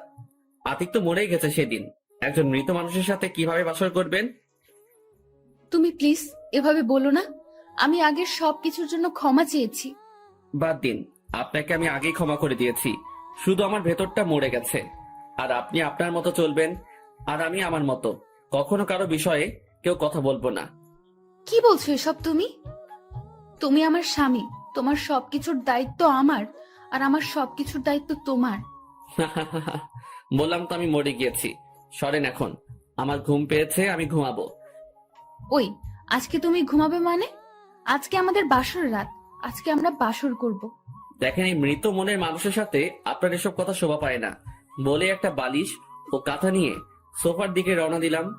এ কি, তুমি বালিশ নিয়ে কোথায় যাচ্ছ? সোফায় যাচ্ছি। দেখো, তোমার বাসর করতে হবে না, তবুও বিছানায় ঘুমাও। আপনার মতো অহংকারী মেয়ের সাথে এক বিছানায় শোয়া আমার পক্ষে সম্ভব নয়। তাহলে তুমি বিছানায় শো, আমি সোফায় যাচ্ছি। তার দরকার নেই, যতই হোক আপনি আপু, তাই আপনি বিছানায় ঘুমান। দেখ, এমনিতেই প্রচুর কষ্ট দিচ্ছিস, তার উপর যদি আমাকে আপু বলিস, তাহলে আমি কিন্তু মরে যাব। আমি কিছু না বলে সোফায় অন্যদিকে ফিরে শুয়ে পড়লাম। কিছুক্ষণ পর কারো কান্নার আওয়াজ পেলাম। পেছনে ফিরে দেখি আপু বিছানায় না শুয়ে নিচে বিছানা করে শুয়ে কান্না করছে। এ কি, আপনি নিচে শুয়ে আছেন, তার উপর কান্না করছেন কেন? আমি একটা আনরোমান্টিক ছেলেকে বিয়ে করেছি, যার বিষয় তোকে দেখাতে হবে না। ও, তাইলে একটা রোমান্টিক ছেলেকে বিয়ে করে নিন। ওই চুপ, একদম চুপ। আর একটা বাজে কথা বললে আমি তোর জিহ্বা কেটে ফেলবো। আচ্ছা, আমি কোনো কথাই বলবো না, আপনার শুধু আপনি কান্না থামান, আমার ঘুমাতে অসুবিধা হচ্ছে। এই, ধরলে তো উল্টা কথা। আমি কি বলেছি আর তুমি বুঝলে? আমি আবার অন্যদিক হয়ে শুয়ে পড়লাম। কখন যে ঘুমিয়েছি তা নিজেও জানি না। সকালবেলা ঘুম থেকে উঠে বুকের উপর ভারী কিছু অনুভব করলাম। চোখ মেলে দেখি মাওয়া আপু আমার বুকের উপর ঘুমিয়ে আছে। কি মায়াবী চেহারা তার! ইচ্ছে করছে তার মায়ায় ডুবে যাই। তারপর যেই তার কপালে একটা ভালোবাসার পরশ এঁকে দিতে যাব, তখনই আমার আগের কথা মনে পড়ে গেল। তাই দিলাম এক ধাক্কা। সে সোফা থেকে নিচে পড়ে গেল। নিচে পড়েই সে কান্না শুরু করে দিল। আমি পড়ে গেলাম ঝামেলায়। তুমি আমাকে এভাবে ফেলে দিলে কেন? ফেলে দিব না তো কি করব? আপনি আমার বুকের উপর শুয়েছিলেন কেন? তাই বলে আমাকে ফেলে দেবে? দেব। আমার মনে কোনো মায়া দয়া নেই এখন। আপনি প্লিজ আমাকে ছেড়ে চলে যান, আপনি তাতে সুখী হবেন। মামা উঠে ওয়াশরুমে চলে গেল। আমি ভাবছি যাক, ভালোই হয়েছে, সে চলে গেলে আমি নিজের মতো করে চলতে পারবো। কিছুক্ষণ পর মামা আপু গোসল করে বের হলো। তারপর আমি ঢুকলাম। আমি ফ্রেশ হয়ে বের হচ্ছি দেখে মামা আপুও আমার দিকে ফিরল। দেখি সে শাড়ি পরছে। সরি সরি বলে আবার ওয়াশরুমে ঢুকলাম। আরে আরে, তুমি এমন ভাব করছো যেন কোনো পরস্ত্রীর শাড়ি পরা দেখছো। তার মতোই আপনি। কি বলছো এসব তুমি? আমি তোমার বিয়ে করা বউ, প্লিজ এভাবে বলো না আমায়। আরে আপনি তাড়াতাড়ি শাড়ি পরেন, আমি এখান থেকে বের হব। আমি তো শাড়ি পরতে পারি না, কিন্তু তুমি একটু পরিয়ে দাও। মাথা খারাপ নাকি? আমি শাড়ি পরিয়ে দেব। যান, ভাবিকে ডাক দিয়ে তাড়াতাড়ি শাড়ি পরেন। তুমি পরিয়ে দিলেই তো হয়। বলছি তো আমি পারবো না, আপনি ভাবিকে ডাক দিন। তারপর মামা বাধ্য হয়ে ভাবিকে ডাক দিল। তারপর ভাবি চলে আসলো। কি হয়েছে মাওয়া, ডাকছিস কেন? আমাকে শাড়িটা পরিয়ে দাও ভাবি। আচ্ছা দিচ্ছি, তবে আমার দেবর সাহেব কোথায়? সে তো ওয়াশরুমে বসে আছে। আরে ও বের হলে তো ওর থেকেই শাড়ি পরে নিতে পারতে। আমার কি সে কপাল আছে নাকি ভাবি? তোমার দেবরটা একেবারে আনরোম্যান্টিক, তার বুকের উপর শুয়েছিলাম বলে আমাকে নিচে ফেলে দিয়েছে। আমি সব বাথরুমে শুনছি, কিছুই বলছি না। কি আর বলবো, কারণ তাদের সাথে কথা বলার আমার কোনো ইচ্ছে নেই। তাই নাকি? ভাবি। আচ্ছা, তুই দুঃখ করিস না, সব ঠিক হয়ে যাবে। কথা বলতে বলতে শাড়ি পরানো শেষ। এই যে, তুমি এখন বের হতে পারো, আমার শাড়ি পরা শেষ। তারপর আমি বের হলাম। বের হয়ে দেখি মাওয়া আয়নার সামনে বসে সাজছে। ইচ্ছে করছে তাকে পেছন থেকে জড়িয়ে ধরতে, কিন্তু নিজের ইচ্ছাকে সংযত করলাম। কি পিছনে বসে কি ভাবছো? মাওয়ার কথায় হুঁশ ফিরল। আবার না, কিছু না। আচ্ছা চলো, নিচে খেতে ডাকছে। চলে নিচে যাই। তারপর দুজনে নিচে নামলাম। আয় তোরা খেতে আয়। মামা আপু টেবিলের দিকে হাঁটা শুরু করলো, কিন্তু আমি যাচ্ছি দরজার দিকে। তখনই মা টেবিল থেকে উঠে এক প্রকার দৌড়ে আমার সামনে আসলো। বাবা আর কত রাগ করে থাকবে আমার উপর? মা, আমি তোমাদের উপর রেগে নেই, আমাকে যেতে দাও। কিছু খেয়ে তো যাবি। না থাক, একটু বাইরে কাজ আছে বলেই বাইরে চলে গেলাম আমি। তারপর একটা রেস্টুরেন্ট থেকে খেয়ে বন্ধুদের কাছে গেলাম। আর এইদিকে আমি বাসা থেকে বের হওয়ার এ কি মা, ও বাসা থেকে এভাবে চলে গেল কেন? তোর কথায় ওকে তোর সাথে বিয়ে দেওয়ার জন্য জোর করা, আমাদের সাথে ঠিকমতো কথা বলে না, আর সেদিন থেকে বাসার কোনো খাবার খায় না। তাই বলে এভাবে বাসায় খাওয়া একেবারে বন্ধ করে দিবে? আচ্ছা, তাইলে আমিও খাবার খাবো না। আর বলেই রুমে চলে গেল মামা। আরে কোথায় যাচ্ছিস? দাঁড়া এভাবে। আতিক যতক্ষণ বাসার খাবার না খাবে ততক্ষণ আমিও খাবো না। এই বলে রুমে চলে গেল। তারপর কেউই খাবার খেলো না। আর অন্যদিকে আমি বন্ধুদের সাথে আড্ডা দিয়ে দুপুরের দিকে বাসায় আসলাম। তারপরই আমি বন্ধুদের সাথে আড্ডা দিতে গেলাম। কিরে, কালই বিয়ে করলি আর আজই বাসা থেকে বের হলি? তো কি করব? কি করব মানে? বউয়ের সাথে একটু রোমান্টিকতা করবি? তুই থামবি? ওই, একদম ধমক দিবি না আমাকে। সরি আপু, আপনার পায়ে পড়ি, প্লিজ তবু ফালতু কথা বাদ দিন। ওই, ও কি কোনো ফালতু কথা বলছে? যেটা করা উচিত সেটাই বলছে। ভাই, তোরা ভালো করে জানিস আমি তাকে সহ্য করতে পারি না। ভাই দেখ, আমার মনে হয় মামা আপু এখন তোকে সত্যিই ভালোবাসে। ভাই, তোরা থামবি নাকি আমি চলে যাব? তোকে আমাদের যা বলার ছিল বললাম, বিষয়টা ভেবে দেখিস। এইভাবে আড্ডা দিতে দিতে দুপুর হয়ে গেল। তারপর বাসার দিকে রওনা দিলাম। বাসায় পৌঁছাতেই দেখি সবাই সোফায় বসে আছে। আমি তাদের দেখে কিছু না বলে রুমের দিকে হাঁটতে যাব, তখনই কি পেয়েছিস কি তুই বল? আজ তোর জন্য আমরা সবাই না খেয়ে বসে আছি। আমি কি বলেছি কাউকে না খেয়ে থাকতে? তোর তো ভালো লাগে আমাদের কষ্ট দিতে। ওইদিকে তোর মা তোর জন্য না খেয়ে দরজা আটকে রেখেছে। তখনই মা আর মামা আপুও সেখানে আসলো। মনে হয় আমি এসেছি তা শুনতে পেয়ে ঘর থেকে বের হয়েছে। কি হয়েছে মা, তুমি খাবার খাওনি কেন? তাতে তোর কি? আমি তোর কে যে আমি না খেলে তোর কিছু হবে? এভাবে বলছো কেন মা? তো কিভাবে বলবো? তুই কি একবারও খোঁজ নিয়ে দেখছিস আমি ঠিক মতো খেয়েছি কিনা? তোর শুধু রাগটাই বড়। আচ্ছা মা, যাও, আমি এখন থেকে ঘরের খাবার খাবো। প্লিজ মা, তুমি কেঁদো না। সত্যি বলছিস বাবা? তুই খাবি তো? আর রাগ করে থাকবি না তো? না মা, আর রাগ করে থাকবো না। আচ্ছা এখন সবাই খেতে আসো। আয় বাবা, আমি তোকে নিজ হাতে খাইয়ে দেবো। তারপর সবাই খাবার টেবিলে বসলাম। মাও বসেছে খাবার টেবিলে। মা আমাকে খাইয়ে দিচ্ছে, আর সে শুধু আঙুল দিয়ে খাবার নাড়ছে। এ কি মামা, তুই খাচ্ছিস না কেন? আমাকে তো কেউ খাইয়ে দেয় না, সে তো শুধু তার ছেলেকেই খাইয়ে দিচ্ছে। ওই, তুই আমার ছেলের খাবারের দিকে নজর দিবি না। বুঝো না কাকি, তোমার মেয়ে হিংসে করছে। তা তো বুঝতেই পারছি। এই দাঁড়া দাঁড়া, তুই আমাকে কাকি বললি কেন? তাইলে কি বলবো? কি বলবি মানে? মা বলবি, মা। এই, তুই কি বলছো? কাকে আমি পারবো না, আমার তোমাকে কাকি বলতেই ভালো লাগে। তুই যদি আরেকবার আমাকে কাকি বলিস তো আমি আর তোর সাথে কখনো কথা বলবো না। আরে আরে, রাগ করো না। আচ্ছা যাও, আমি তোমাকে মা বলবো। শয়তান একটা, আমি জানতাম আমার ছেলে আমার রাগ করা দেখতে পারবে না। আচ্ছা বাদ দাও, এখন মা আয়, তোকেও খাইয়ে দিচ্ছি আমি। তারপর মা, মামা আর আমাকে খাইয়ে দিল। খাওয়ার পর আমি রুমে এলাম বিশ্রাম করতে। তখনই মামা আপু আসলো, এসেই আমার পাশে বসলো।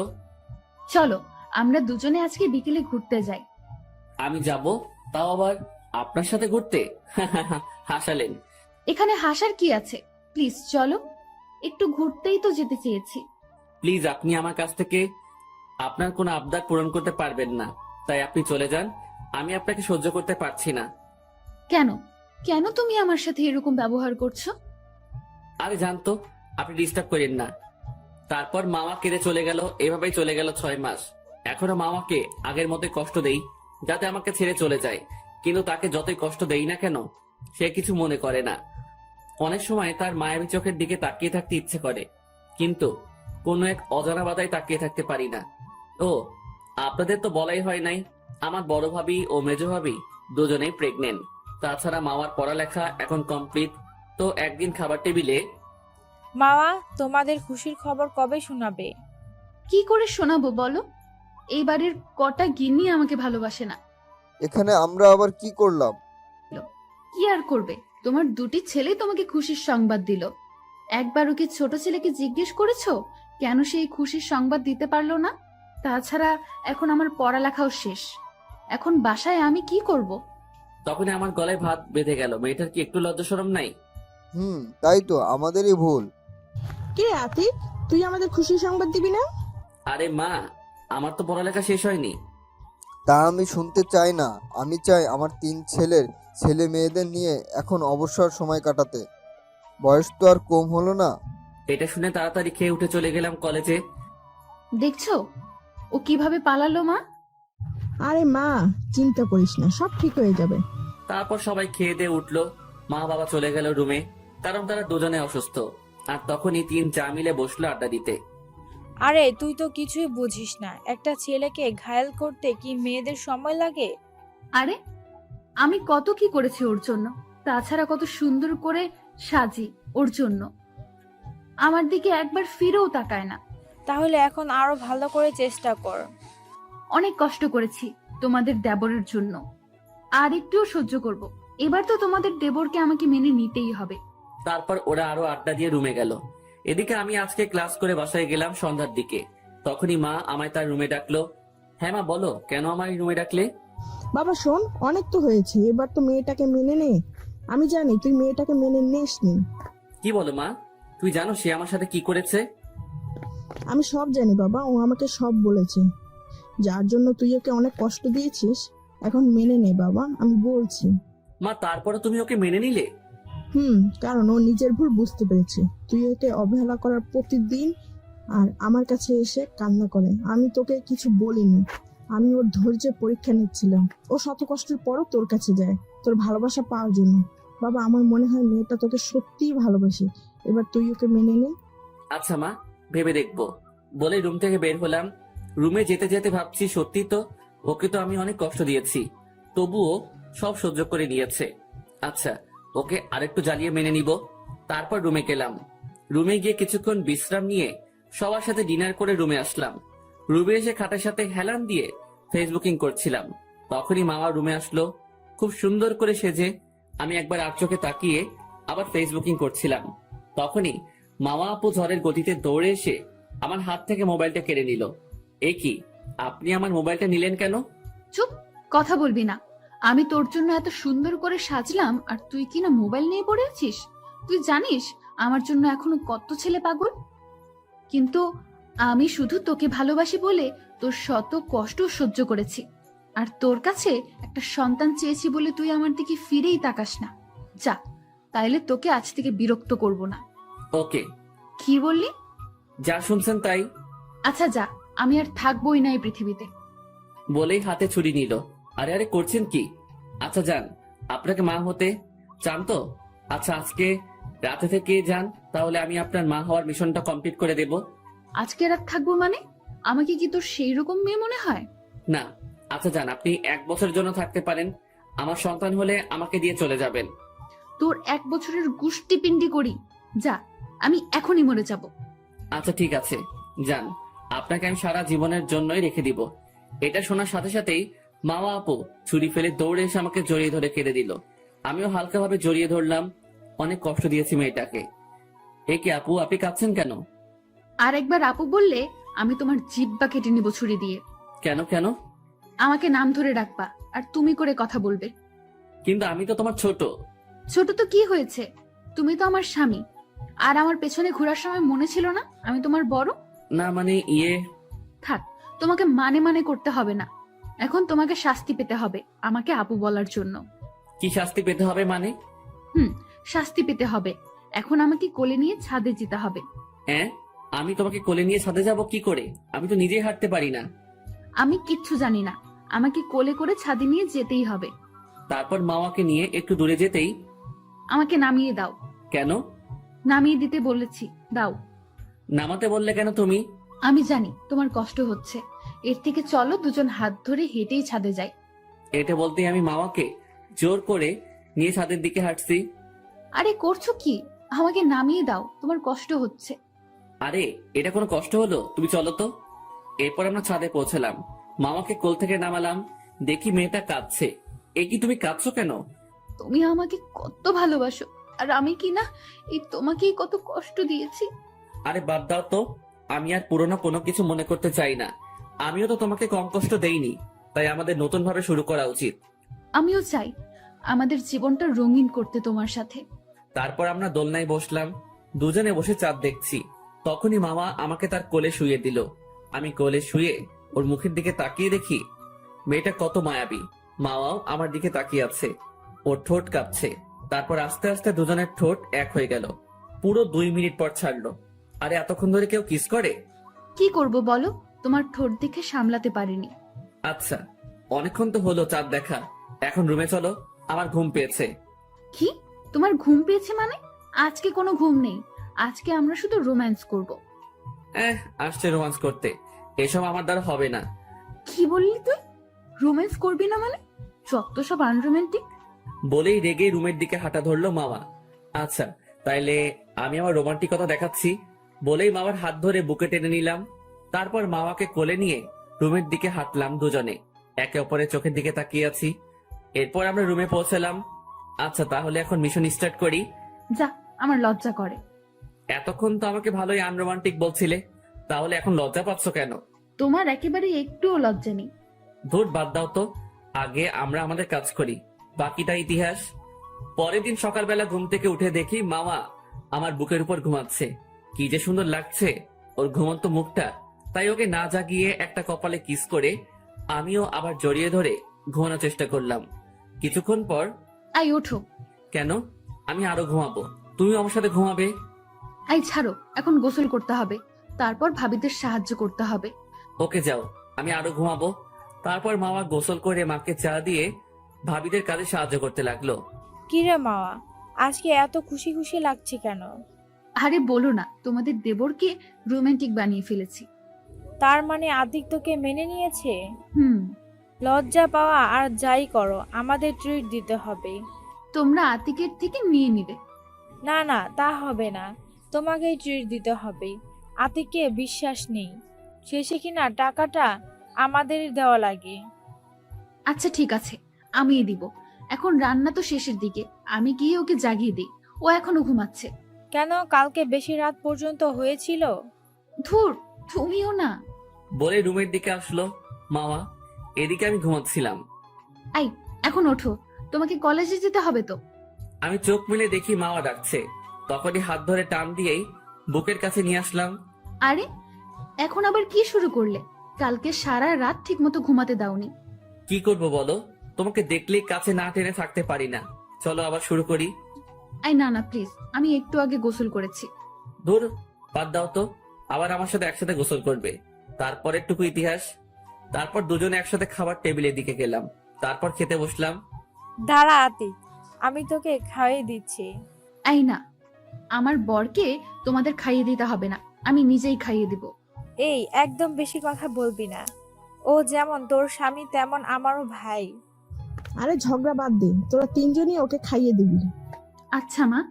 এটা দেখে আমার 2 ভাই খাবার না খেয়ে বসে আছে। এই, তুমি না খেয়ে বসে আছো কেন? এই, একদম আমার ভাইয়ের খাবারের দিকে নজর দিবা না।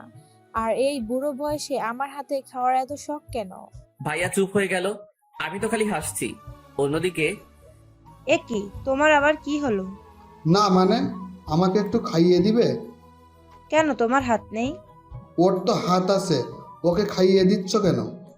এই, একদম ওর সাথে তোমার তুলনা করবে না, ওকে? ও আমার কলিজার টুকরা ভাই।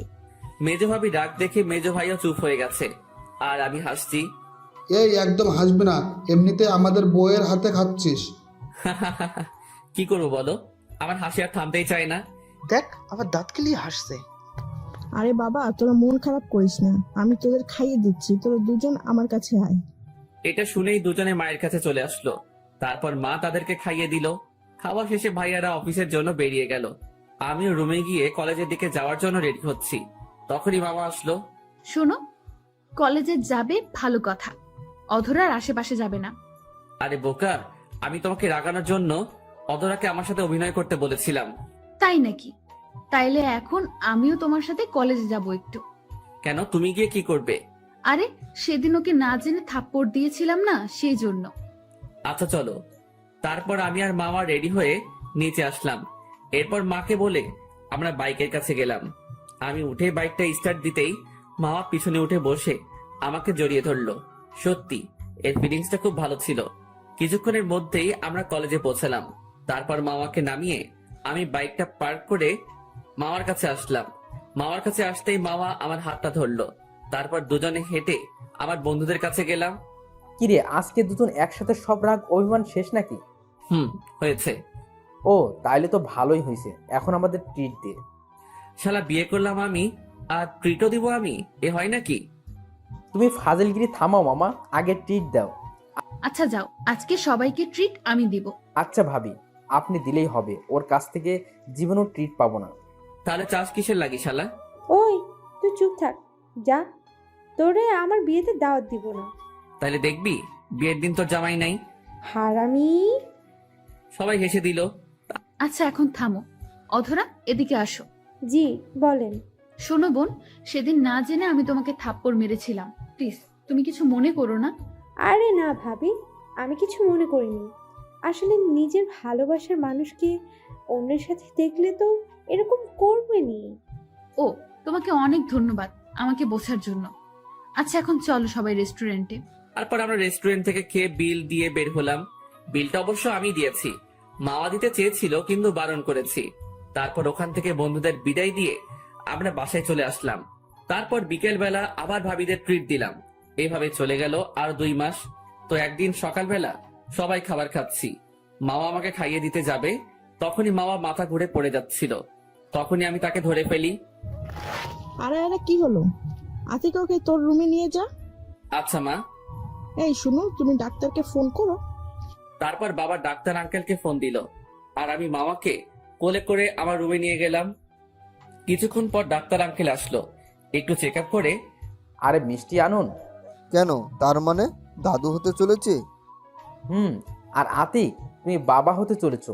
আমি এখনই মিষ্টি আনছি আঙ্কেল, আপনি একটু অপেক্ষা করুন। তারপর মিষ্টি এনে সবাইকে খাওয়ালাম। আমার বন্ধুরাও এসেছিল খবর শুনে, ওরাও খুব খুশি। সব থেকে বেশি খুশি মাওয়া। আজকে আমি অনেক খুশি জানো। কেন? এমনিতেই মার ডাক শুনতে পারবো, তার উপর তুমি আমাকে কখনো ছেড়ে যাবে না, অন্তত পক্ষে এই বাচ্চার জন্য। আমি তোমাকে তো এমনিতেই ভালোবাসি।